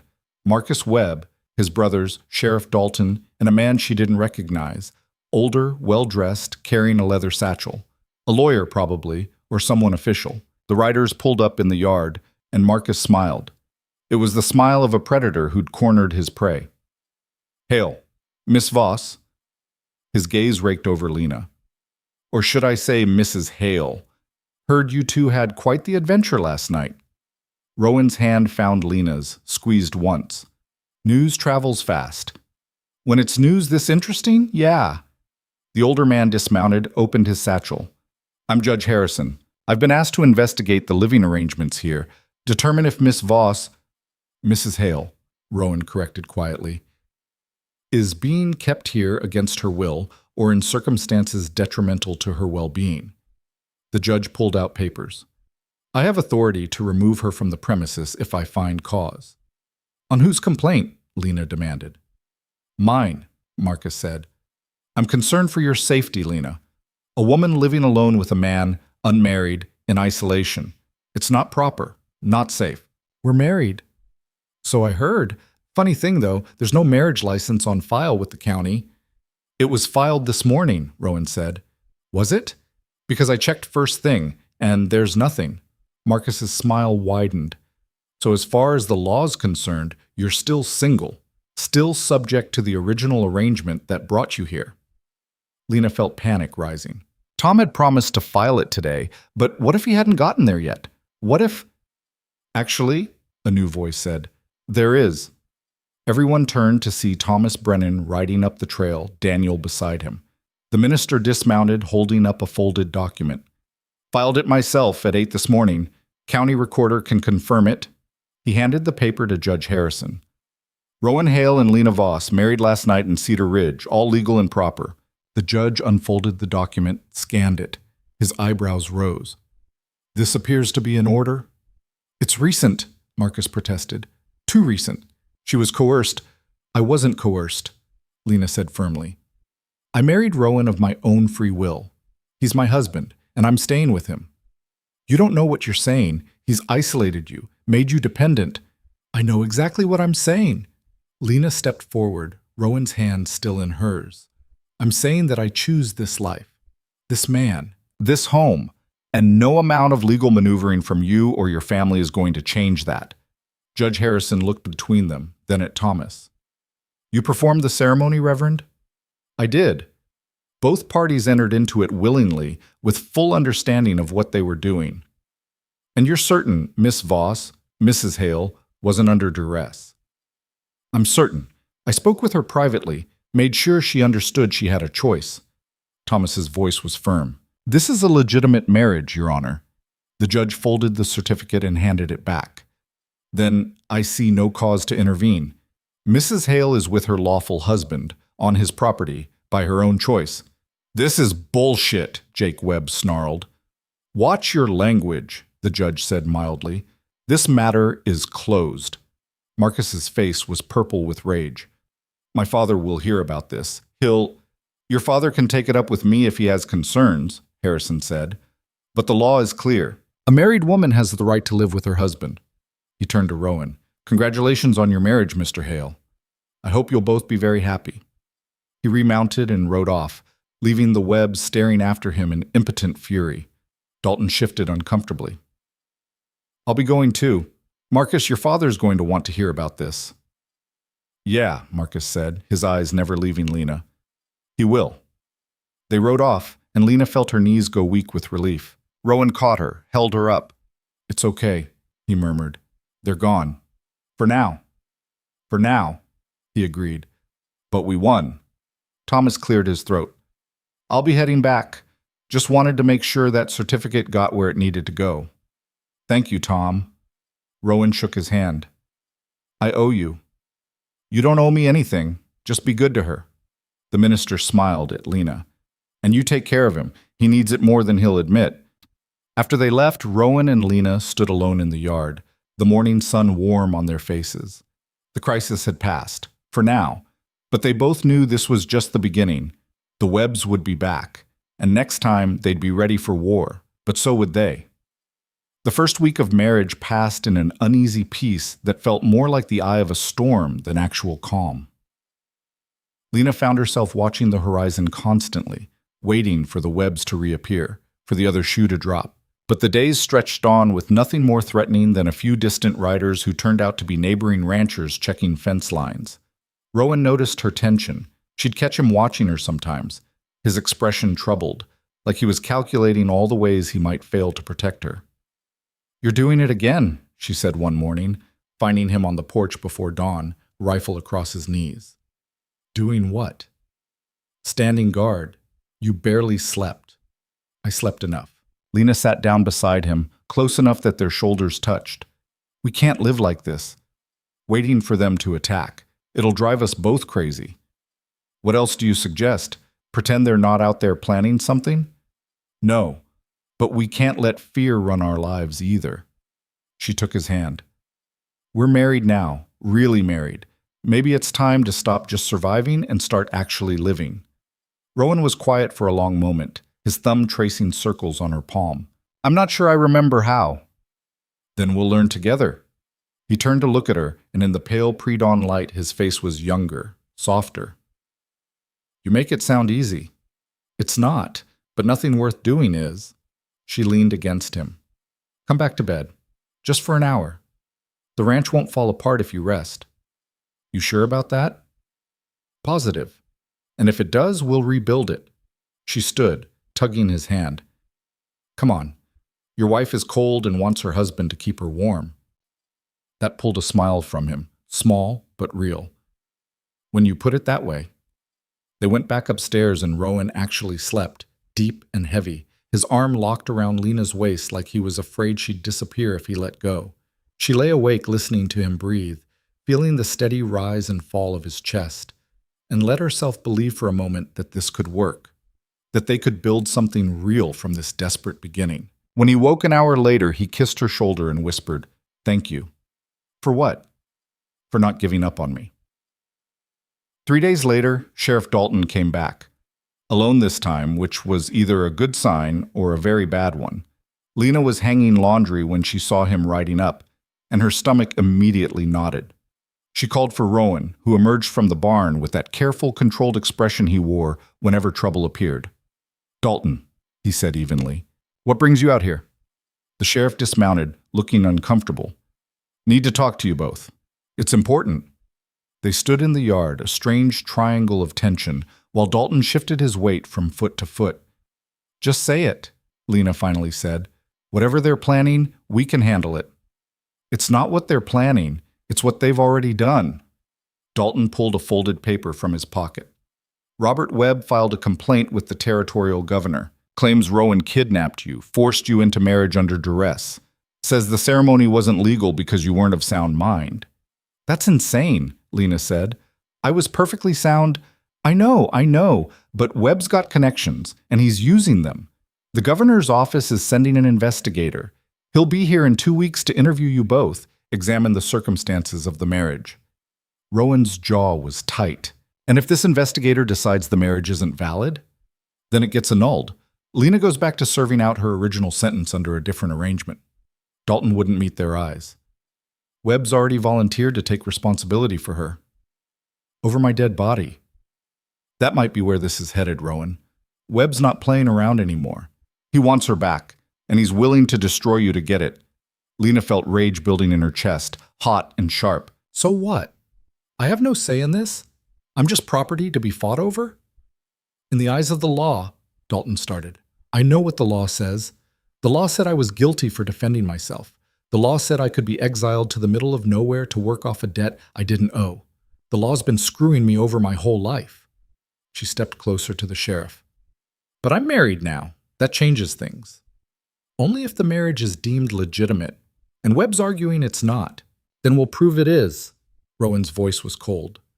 We'll show this investigator that Lena chose this marriage freely, that we're building a real life together. You've been married a week. We've been living together for 2 months. We know each other, trust each other. That's more than a lot of married couples can say. Dalton looked between them, something like pity in his eyes. I hope you're right. I really do. But Webb's playing for keeps this time. You need to be prepared for him to get nasty. Let him, Lena said. We're not backing down. After Dalton left, Rowan and Lena stood in the yard, the weight of the new threat settling over them. 2 weeks, Rowan said quietly. Not much time to build a convincing marriage. We're not building a convincing marriage. We're living our actual marriage. Lena turned to face him. Unless you're having second thoughts? No, never. He ran a hand through his hair. I don't want you to feel pressured, like you have to perform for some investigator. I don't feel pressured. I feel angry. She moved closer. They're trying to take away my choice again, trying to decide what's best for me, like I'm a child or an idiot, and I'm done letting them. Rowan cupped her face. So what do? We live. Exactly like you said. We make this place a real home, build a real marriage, and when that investigator shows up, we show him 2 people who chose each other and meant it. And if that's not enough, then we fight harder. She covered his hands with hers. But I'm not going back to them, Rowan. I'd rather run, disappear into the mountains and never come back. You won't have to run. I won't let it get that far. She wanted to believe him, wanted to trust that love and determination would be enough. But she'd learned young that the world didn't care about fair or right. It cared about power, and the Webbs had plenty of it. Still, she had something they didn't. She had Rowan, solid and loyal and willing to fight for her. And maybe, just maybe, that would be enough. The harassment started 2 days later. Lena was in the garden when she heard cattle bawling in distress. She looked up to see several of Rowan's cows running loose, the fence that should have contained them broken and trampled. Rowan was in the high pasture and wouldn't be back for hours. She ran for the barn, grabbed a rope, and tried to round up the animals before they wandered too far. It took over an hour of frustrating work, and by the time she got them back into a temporary pen, she was exhausted and filthy. That's when she noticed the tracks. Boot prints near the broken fence, too fresh to be from earlier. Someone had cut the fence deliberately, then driven the cattle through it. When Rowan came back and saw what had happened, his face went dark. They're trying to provoke us, he said, examining the clean cuts in the wire. Make us lose our temper, do something stupid they can use against us. It's working. I want to ride down there and... I know. But that's exactly what they want. He pulled her close. We fix the fence. We secure the property. We don't give them anything they can use. The next incident came 3 days later. Lena woke to find all the chickens dead, their necks broken, scattered across the yard like a message. She stood in the pre-dawn light staring at the carnage and felt something cold settle in her chest. This was more than harassment. This was a promise of what they'd do to her if they got the chance. Rowan found her standing there, stock still, and immediately pulled her away from the sight. Don't look at it. I'll take care of it. They did this. Her voice sounded distant to her own ears. Snuck onto our property in the middle of the night and killed defenseless animals just to scare us. I know. What's next, Rowan? What are they going to do next? He didn't have an answer for that. They buried the chickens and reinforced the locks on the barn and hen house. Rowan started sleeping lighter, waking at every sound. Lena caught him checking and rechecking the rifle, making sure it was loaded and ready. "We should go to Dalton," she said one night. "Report the vandalism." "And say what? That someone killed our chickens? Cut our fence? We have no proof it was the Webbs." "Who else would it be?" "That's not the same as proof." Rowan set down the rifle. "Besides, Dalton's hands are tied. Webb owns the sheriff, the judge, probably half the county. Going to them would just give Webb more ammunition. So we do nothing? We wait. We prepare. And when they come, because they will come, we're ready." Lena hated the waiting, hated feeling like a target, like prey being stalked by predators she couldn't see. But she understood Rowan's logic. Reacting emotionally, lashing out, would only play into their hands. So they waited. And in the waiting, something unexpected happened. They became a team. Rowan taught Lena to shoot, standing behind her in the yard and guiding her aim until she could hit a target 6 times out of 10.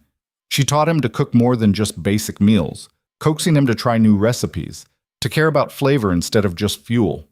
They worked the ranch together, falling into a rhythm that felt natural.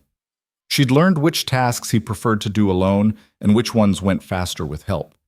He'd learned when she needed space to think and when she needed distraction. At night, they'd sit on the porch and talk. Really talk. About their pasts and hopes and fears.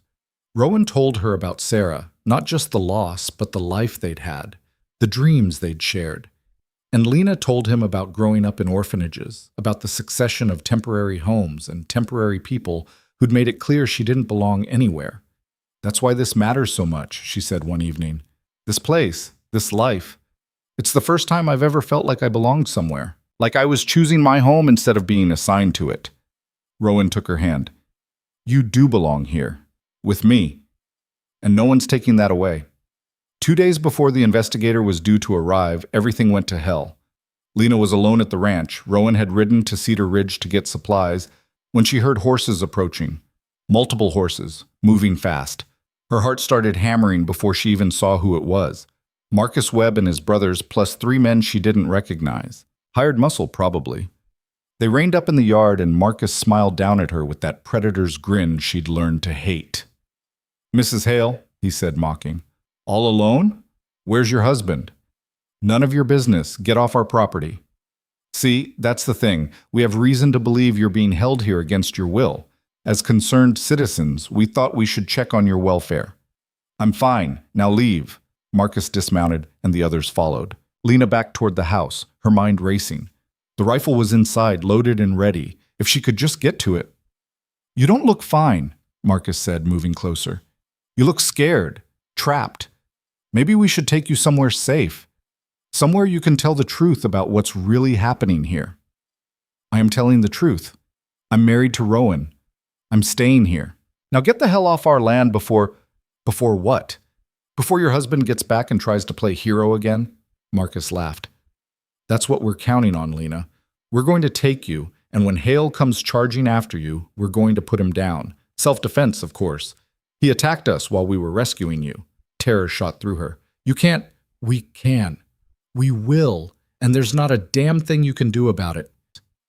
Jake and Cole moved to flank her, cutting off her path to the house. The other men spread out, forming a loose circle. Lena's mind went blank with fear, and then, suddenly, cleared. She wasn't the same woman who'd been driven out of Millbrook 2 months ago.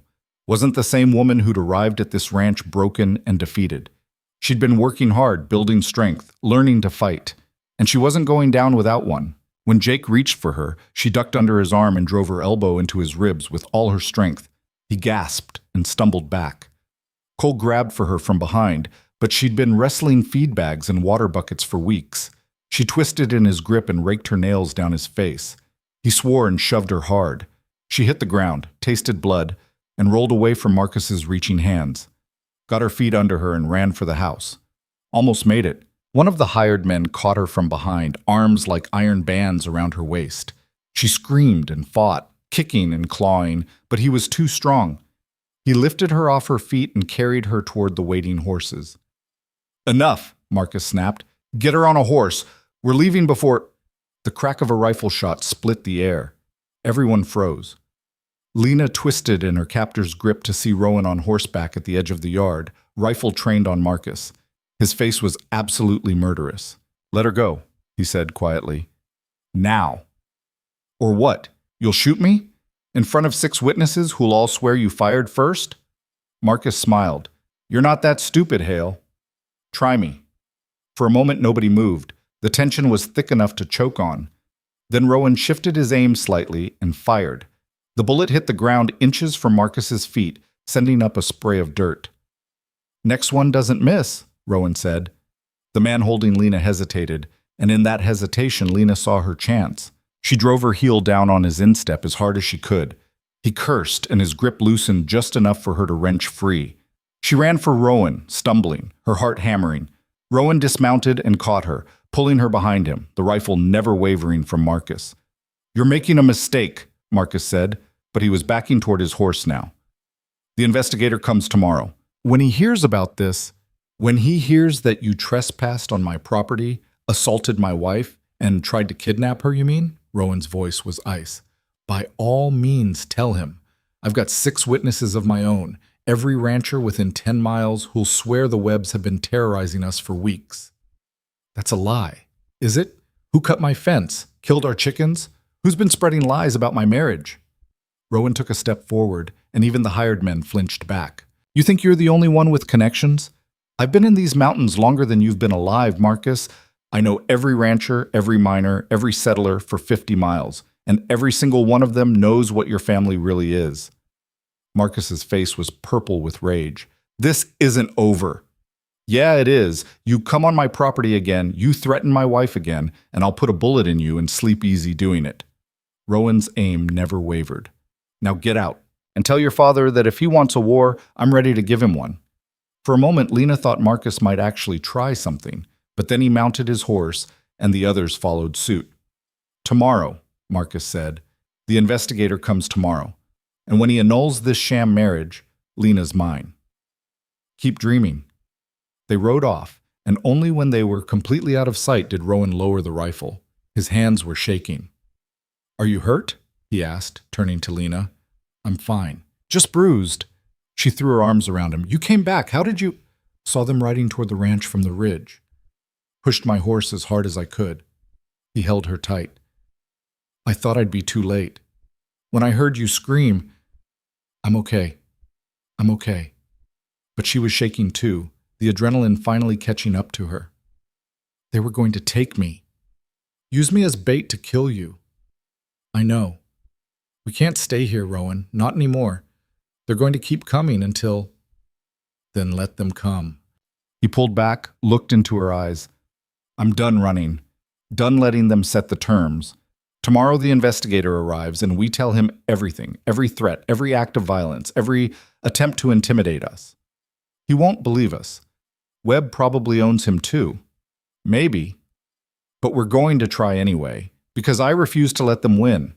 I refuse to let them take you from me." Lena kissed him, hard and desperate. "I love you," she said, the words surprising them both. "I know it's fast and crazy and probably stupid, but I love you." Rowan's expression softened into something that made her heart ache. "Not stupid. And I love you too. Have for weeks, probably. Was just too scared to say it." "Don't be scared. Not of this." "I'm terrified," he admitted. "Terrified of losing you like I lost Sarah. Terrified of failing you. But I'm more terrified of not fighting for you with everything I have."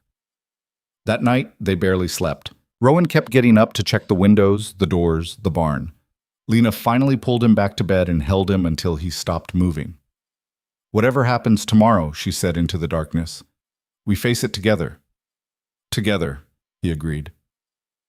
The investigator arrived at mid-morning, a thin man with spectacles and a perpetually skeptical expression named Howard Finch. He sat up in the main room with his papers and ledgers and proceeded to interview them separately. Lena went first. She told him everything about Marcus's assault, about the exile, about arriving at the ranch, about the marriage and the harassment, and yesterday's attempted kidnapping. She spoke calmly, clearly, trying to sound rational instead of emotional. Finch took notes, his face unreadable. When she finished, he asked, And you maintain that you married Mr. Hale of your own free will? Absolutely. Despite knowing him for only a month at the time, I knew enough. I knew he was a good man who stood up for me when no one else would. I knew I was safe with him, and I knew I wanted to build a life with him. She leaned forward. Mr. Finch, I've been alone my whole life, shuffled from place to place, never belonging anywhere. For the first time, I have a home, a husband who sees me as an equal, not as property. Why would I give that up? The Webbs claim you were coerced. That Mr. Hale threatened you, isolated you, forced you into marriage to avoid legal consequences. The Webbs are lying. They've been lying from the beginning. Marcus tried to rape me, and when I fought back, his family used their influence to destroy my life. Now they're trying to finish what they started. Finch's pen scratched across the paper. That's a serious accusation. It's the truth. Ask anyone in town about the other women who've left because of Marcus Webb. Ask about the complaints that were filed and then mysteriously disappeared. I'll look into it. He wouldn't, Lena knew, but she'd said it anyway. When Rowan went in for his interview, Lena paced the porch, too anxious to sit still. Through the window, she could see them talking, Rowan's expression carefully neutral as he answered questions. It took an hour. When Finch finally emerged, his face gave nothing away. I'll need to speak with some of your neighbors, he said. Get their perspective on the situation. Of course, Rowan said. Whatever you need. Finch rode off, and Lena sagged against Rowan. What did he ask you? Everything. How we met, why we married, whether I was aware of your past, whether I've ever hurt you or threatened you. Rowan's jaw was tight. I told him the truth. Don't know if he believed me. We did all we could. Did we? Because I keep thinking there's something more I should have said. Some way I could have convinced him. Stop. We told the truth. That's all we can do. But it didn't feel like enough. Finch spent 2 days interviewing neighbors, checking records, examining the ranch. Lena and Rowan waited in an agony of uncertainty, going through the motions of daily life while their future hung in the balance. On the 3rd day, Finch returned with Sheriff Dalton and another man Lena didn't recognize, rough-looking, with a deputy's badge. Her stomach dropped. This was it. The decision. Finch dismounted, consulted his notes. After a thorough investigation, I've reached a conclusion regarding the Hale marriage. Lena grabbed Rowan's hand, squeezed hard.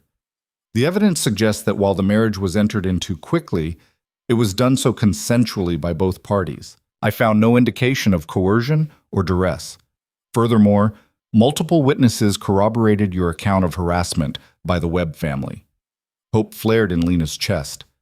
However, Finch continued, Robert Webb has significant influence in this territory. He's already filed an appeal with the territorial governor, claiming I was biased in your favor.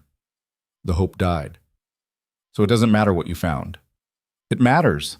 My report will be on record, but Webb's not going to stop. He'll keep pushing until he gets what he wants or until someone stops him, Rowan finished. Finch nodded slowly. I can't advise you on what to do, but I can tell you that men like Webb don't respond to reason or law. They respond to force. You're saying we should... I'm not saying anything. I'm just observing that sometimes, on the frontier, justice has to be handled directly. Finch gathered his papers. My official recommendation is that the marriage stands. What happens after that is between you and the Webbs. He rode off, leaving them standing in the yard with Dalton and the deputy. He's giving you permission, Dalton said quietly, to do whatever you need to do to end this. I'm not a killer, Tom. I'm not suggesting you kill anyone, but Webb's going to keep pushing until something breaks. Better it's him than you. Dalton and the deputy left, and Lena and Rowan stood alone in the fading afternoon light. What are we going to do? Lena asked. Rowan looked toward the mountains, his jaw set. We're going to end this, once and for all. How? By taking the fight to them. No more waiting, no more reacting. We go into town, we face Webb and his sons in front of everyone, and we make them answer for what they've done. That's suicide. Maybe. But I'm tired of living in fear, tired of them controlling our lives. He turned to her. We could run, pack up tonight, head into the mountains, disappear, start over somewhere they can't find us. Is that what you want? What I want is to live here, in the home I built, with my wife, without constantly looking over my shoulder. But I won't ask you to risk your life for that." Lena thought about it. About running, about always wondering if the Webbs would find them, about giving up this place they'd fought so hard for. "We stay," she said, "and we fight." Rowan smiled, fierce and proud. "Together?" "Together." They rode into Millbrook the next morning, side by side, both armed and both ready for whatever came next. The town square was busy with the usual Saturday market, people shopping and gossiping and going about their lives. Everything stopped when Rowan and Lena rode in. Conversations died mid-sentence. People stared, some with curiosity, some with hostility, some with something that might have been respect. Word had spread about the investigation, about the harassment, about the Webbs' increasingly desperate attempts to destroy them. Rowan reined in his horse in front of the sheriff's office and dismounted. Lena followed, her heart pounding but her head high. "Where's Robert Webb?" Rowan called out, his voice carrying across the square. "I want to talk to him. Here, now, in front of everyone." Whispers rippled through the crowd. Someone ran off, probably to fetch Webb. Others gathered closer, sensing drama. "Rowan," Dalton emerged from his office, looking worried. "What are you doing?" "Ending this, one way or another." "This isn't the way." "Then tell me what is, because I've tried law, tried reason, tried everything except confronting the bastard directly." Rowan's voice rose. "Robert Webb, come out and face me like a man." A door across the square opened and Robert Webb emerged. He was older than Lena had expected, maybe 60, with gray hair and a face that might have been handsome once, but had been ruined by years of arrogance and cruelty. Marcus and his brothers flanked him. "Hail," Robert said, his voice dripping contempt. "Making a spectacle of yourself won't change anything." "Won't it?" "Because I think these people deserve to know the truth about your family, about what your son did to my wife, about the other women he's hurt, about the way you've used your money and influence to cover up his crimes. That's slander. It's truth, and I'm done keeping quiet about it." Rowan looked around at the gathered crowd. "How many of you have daughters, sisters, women you care about? How many of you have watched them leave town suddenly, quietly, because of Marcus Webb? How many of you knew what was happening and said nothing because you were too afraid of this man's power?" Silence. But Lena saw faces in the crowd, saw recognition, saw shame. "My wife defended herself against a rapist," Rowan continued, "and for that she was exiled, blamed, punished, while Marcus walked free, while you all looked the other way." "You have no proof," Robert started. "I have 3 women willing to testify," Lena said suddenly. The lie came easily, desperately. 3 women who left town because of Marcus, who are ready to tell their stories if this goes to a territorial court. It was a bluff. She had no one. But she saw Marcus's face go pale, saw Robert's eyes narrow. "You're lying," Marcus said. "Am I? You want to take that chance? Have all your dirty secrets aired in front of a judge who's not in your pocket?" Robert stepped forward, and his voice was low and dangerous. "You think you can threaten me?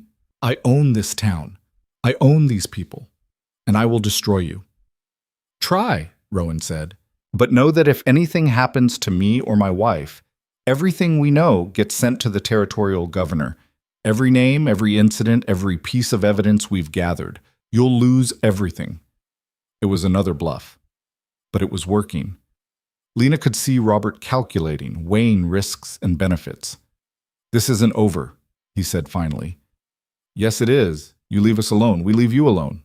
But if you come after us again, if you so much as look at my wife wrong, I'll make it my life's mission to expose you and your family for what you really are."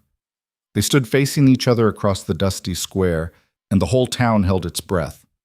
Finally, Robert turned away. "Come on," he said to his sons. "We're done here." They walked away, and Lena felt her knees go weak with relief. They'd done it. They'd actually done it. Rowan caught her as she swayed, held her up. "You okay?" "We just bluffed our way out of a war." "We did." He was grinning now, reckless and alive. "We really did." As they rode out of town, Lena looked back once at Millbrook, at the place that had rejected her, exiled her, tried to destroy her, and she realized she felt nothing for it. No anger, no bitterness, no longing. Her home was behind Rowan on that horse, riding toward the mountains. Her home was with this man who'd chosen her, who'd fought for her, who'd risked everything to keep her safe, and that was worth more than anything Millbrook could ever offer. The bluff held for exactly 9 days. 9 days of careful peace, of Lena and Rowan working the ranch with one eye always on the horizon.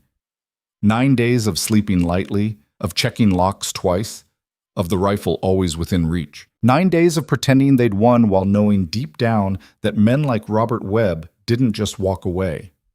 On the 10th night, they came to burn them out. Lena woke to the smell of smoke and Rowan already out of bed, pulling on his pants. "Stay here," he said, grabbing the rifle. "Like hell." She was up too, throwing on clothes, her heart already racing.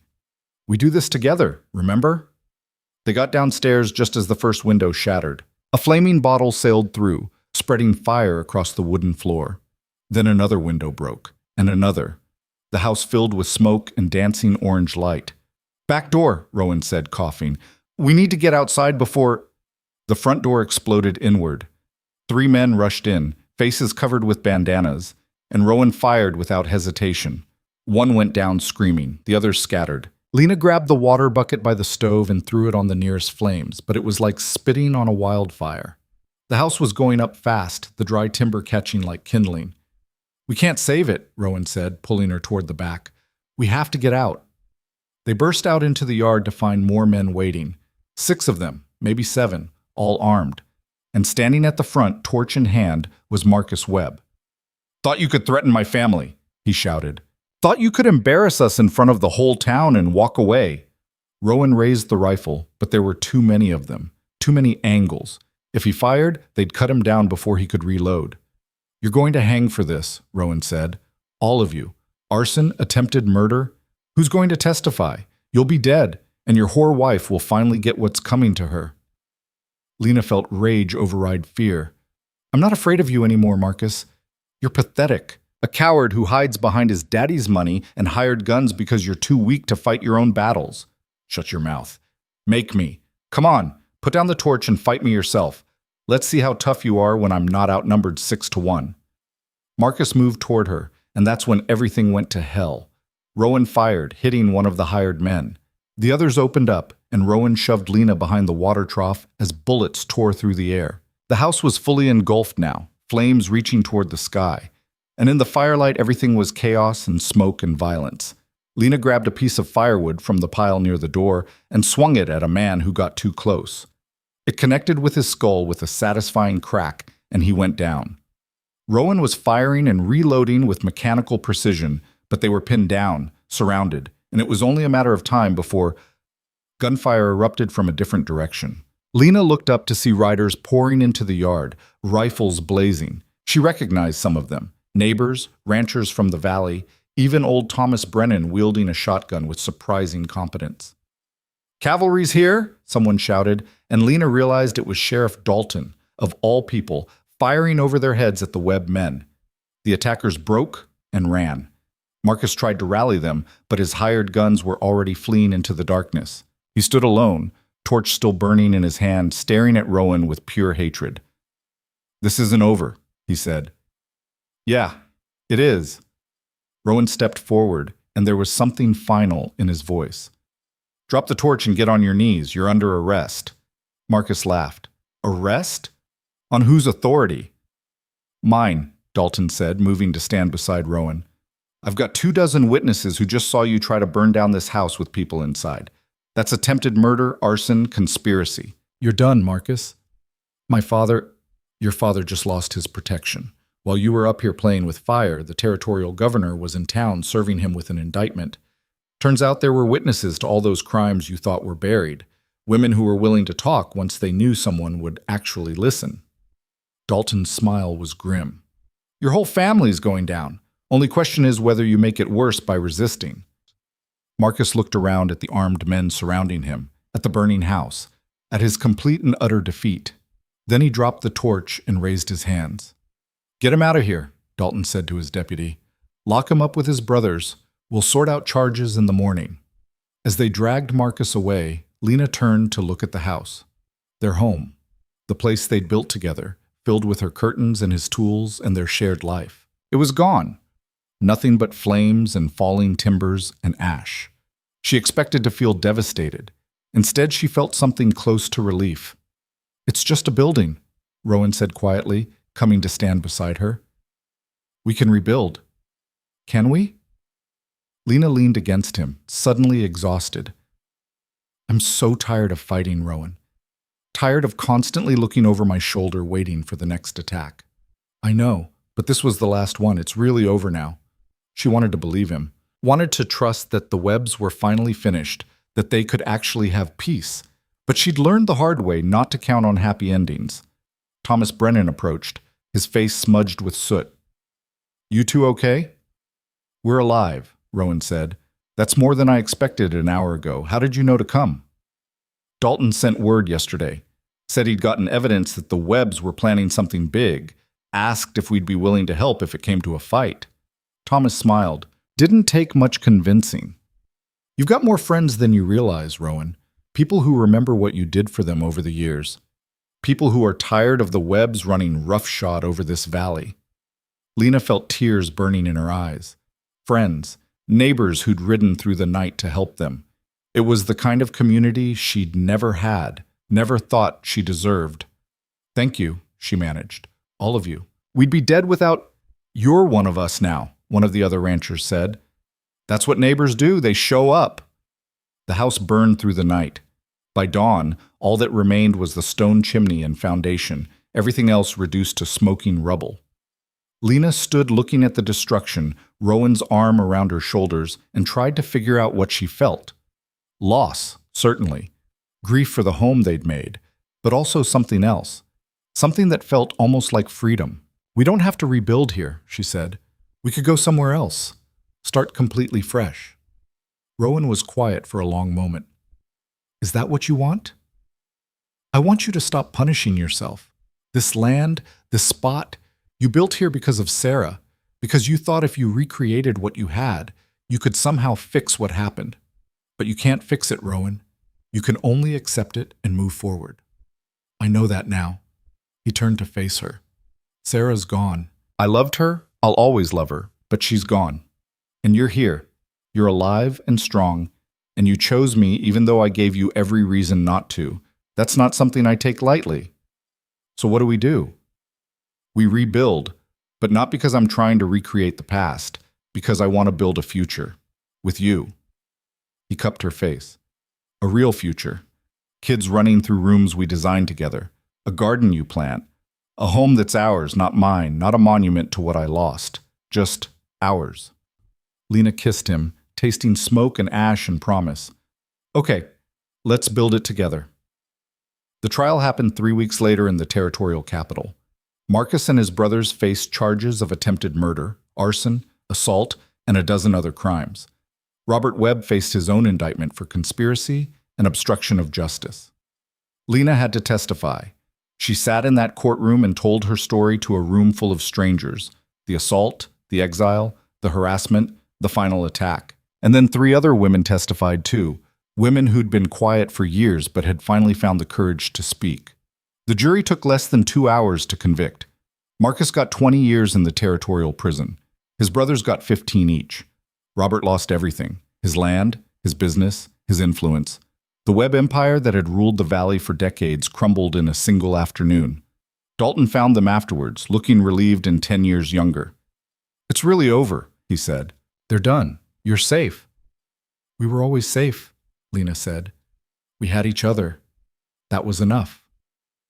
And it was true. Standing there in that courthouse with Rowan's hand in hers, Lena realized that the Webbs had never really had power over her. Not in the way that mattered. They could burn her house, could threaten and intimidate and attack. But they couldn't take away her choice, couldn't force her back into being a victim. She'd chosen to fight, chosen to love, chosen to build a life on her own terms. And that choice was the one thing they could never destroy. The rebuilding took 6 months. This time, neighbors helped. Thomas Brennan organized work parties. Men came to raise the frame. Women brought food and helped with the finish work. The new house was bigger than the old one, with more windows and a wide porch that wrapped around 3 sides. Lena designed the kitchen herself, putting windows where the morning sun would stream in, making sure there was space for a proper table where people could gather. She planted a garden 3 times the size of the old one, filled with vegetables and herbs and flowers that had no practical purpose except to be beautiful. Rowan built a second bedroom upstairs. "For when we need it," he said, and the implication made Lena's heart skip. They finished the house in early November, just as the first snow was threatening. Margaret Brennan came up with a wagon load of gifts, quilts and curtains and dishes, all the things that turned a house into a home. "You deserve beautiful things," she told Lena. "Don't ever let anyone tell you different." That night, alone in their new home, Rowan and Lena stood in the kitchen and looked around at what they'd built. "It's perfect," Lena said. "It's ours," Rowan corrected. "That's what makes it perfect." They made love that night in their new bedroom in a bed they'd chosen together, under a quilt Margaret had sewn.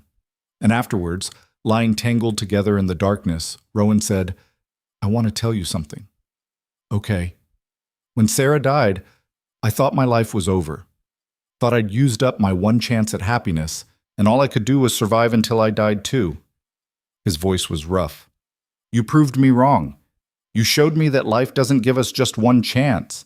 It gives us as many chances as we're brave enough to take." Lena turned to face him. "You gave me a chance too. Gave me a home when no one else would. Taught me that I was worth fighting for.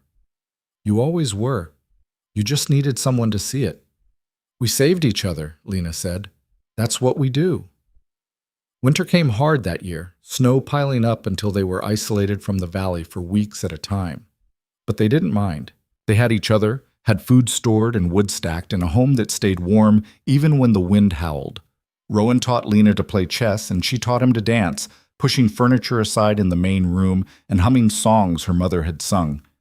They read books by lamplight, competed over who could make better bread, argued good-naturedly about where to hang the photographs Thomas had taken at their second wedding ceremony, the real one, with all their friends present. And one morning in late February, Lena woke up sick. She knew before the doctor confirmed it. Knew from the tenderness in her breasts, the exhaustion that hit her mid-afternoon, the way certain smells made her stomach revolt. She was pregnant. Rowan's face, when she told him, went through about 6 different emotions in as many seconds. Shock, fear, joy, terror, wonder, and finally settling on something that looked like determination. "We're having a baby," he said, like he was testing out the words. "We're having a baby," Lena confirmed. He pulled her close, careful now, like she might break. "I'm scared." "Me too." "What if I mess this up? What if I can't protect Bo?" "Stop. We're going to mess up. Parents always do. But we're going to love this baby with everything we have, and we're going to teach them that the world can be hard, but it's also worth fighting for." She pulled back to look at him. "And we're going to teach them that strength isn't about never being afraid. It's about being afraid and choosing to act anyway." Rowan kissed her forehead. "You're going to be an amazing mother. We're going to be amazing parents together." The baby came in early October, a girl with dark hair and her mother's stubborn chin. They named her Hope, because that's what she was. Proof that broken people could heal, that hard beginnings didn't determine endings, that love was worth every risk. Lena held her daughter and looked at Rowan and thought about the journey that had brought them here. From exile to partnership to love. From 2 people who'd been alone and broken to a family. It hadn't been easy. Nothing worthwhile ever was. They'd fought and struggled and nearly died more than once, but they'd done it together, and that had made all the difference. "What are you thinking?" Rowan asked, sitting on the edge of the bed, his hand gentle on Hope's tiny head. "I'm thinking that a year ago I had nothing. Was nothing, according to the world. And now I have everything that matters. The world was wrong about you. Always was. Maybe, but it took you to make me believe that." She smiled at him. "You saved my life, Rowan Hale. In every way a person can be saved."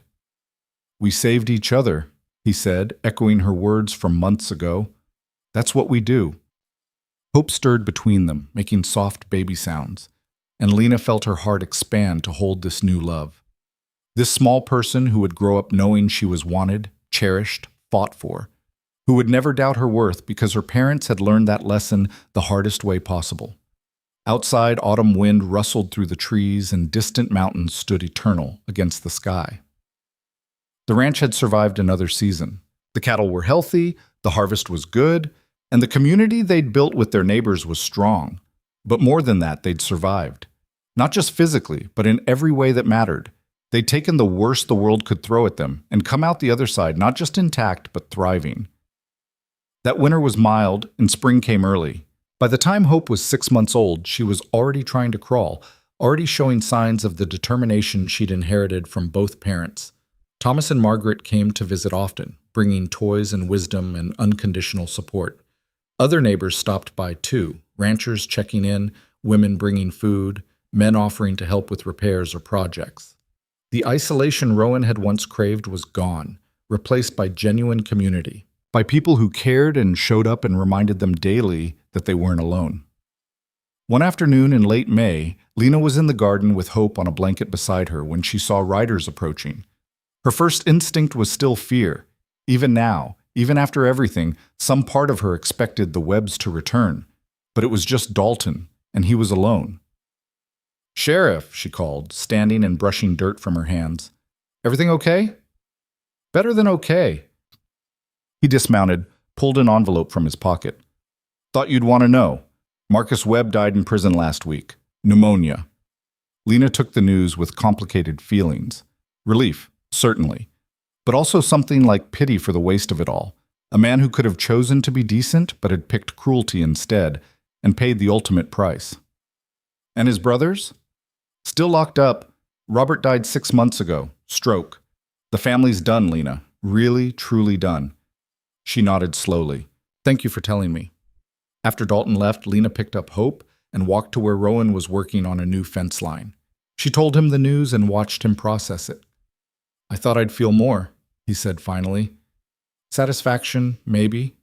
Justice served. But mostly I just feel tired of it all." "Me too. But at least it's really over now. We can stop looking over our shoulders." "We stopped doing that months ago," Rowan said, and it was true. Somewhere along the way, without either of them quite noticing, they'd let go of the fear, had started living instead of just surviving. That night after Hope was asleep and they were sitting on the porch watching the stars come out, Lena said, "Do you ever think about what would have happened if we hadn't met? If Dalton had sent me somewhere else, or if you'd said no?" "All the time. And it terrifies me." "Me too. I was so close to giving up, to letting them break me completely." She leaned against him. "You gave me a reason to fight, made me remember that I was worth fighting for." "You always were. I just helped you see it." He kissed the top of her head. "You know what I think? I think we were both drowning before we met, both so deep in our own pain that we couldn't see a way out, and then we grabbed onto each other and pulled each other to the surface. Is that what love is? Saving each other? Sometimes.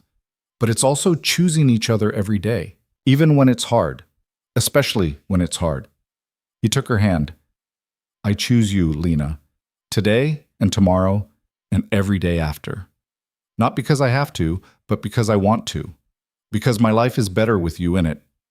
Lena felt tears on her cheeks. "I choose you too. Always." They sat together as darkness fell and the mountain air turned cool. Inside, their daughter slept safely in the home they'd built with their own hands. Around them, the land they'd fought for stretched quiet and peaceful. It wasn't a perfect life. They still argued sometimes, still had bad days, still carried scars from everything they'd endured. But it was their life, built on honesty and trust and the kind of love that came from really knowing someone, flaws and all, and choosing them anyway. And that, Lena had learned, was worth more than any fantasy of perfection. Because perfect wasn't real. Perfect was a lie people told themselves to avoid doing the hard work of building something true. She and Rowan had built something true. Something that had survived fire and violence and the cruelty of small-minded people. Something that would last because they'd earned it, fought for it, chosen it deliberately, and with full knowledge of the cost. The world had tried to make Lena small, had tried to convince her that defending herself was a crime, that wanting more was presumptuous, that she deserved nothing but suffering and exile. The world had been wrong. She deserved love, deserved safety, deserved a home and a family and a husband who saw her as an equal, deserved to wake up every morning without fear, to plant gardens and raise children and build a life that was rich with meaning. Everyone deserved that. Every person who'd ever been told they were worthless, every woman who'd been punished for being strong, every soul who'd been broken and discarded and left to die alone. They all deserved better. And sometimes, if they were lucky enough and brave enough and stubborn enough, they got it. Lena had gotten it, had found her better in the last place she'd expected, in a cold house on a mountain with a man who'd been just as broken as she was. Together they'd built warmth where there had been ice, life where there had been death, hope where there had been only despair. It was enough. More than enough. It was everything. Years later, when Hope was old enough to ask questions, Lena would tell her the story. Not a sanitized fairy tale, but the truth, messy and violent and real. She'd tell her about the town that rejected her, about the man who tried to destroy her, about the choice she made to fight back even though the whole world said she was wrong. And she'd tell Hope about the other choice she made, the one to trust Rowan, to marry him, to build a life with him even though it was risky and uncertain and terrifying. The world will try to make you small, Lena would say. Will try to convince you that wanting more is greedy, that standing up for yourself is wrong, that accepting abuse is somehow noble. Don't listen. Don't ever let anyone convince you that you deserve less than everything. And Hope, stubborn and fierce like both her parents, would understand. Would grow up knowing that strength came from within, that love was a choice you made every day, that the only person who could define your worth was you. But that was still years away. For now, Hope was just a baby, sleeping peacefully while her parents sat on the porch and watched the stars. For now, the ranch was quiet and the night was peaceful, and the future stretched out before them full of possibility. For now, two people who'd started as strangers, who'd become allies and then partners, and then something deeper than either had thought possible, simply existed together in the home they'd built. And it was enough. It was everything. It was theirs.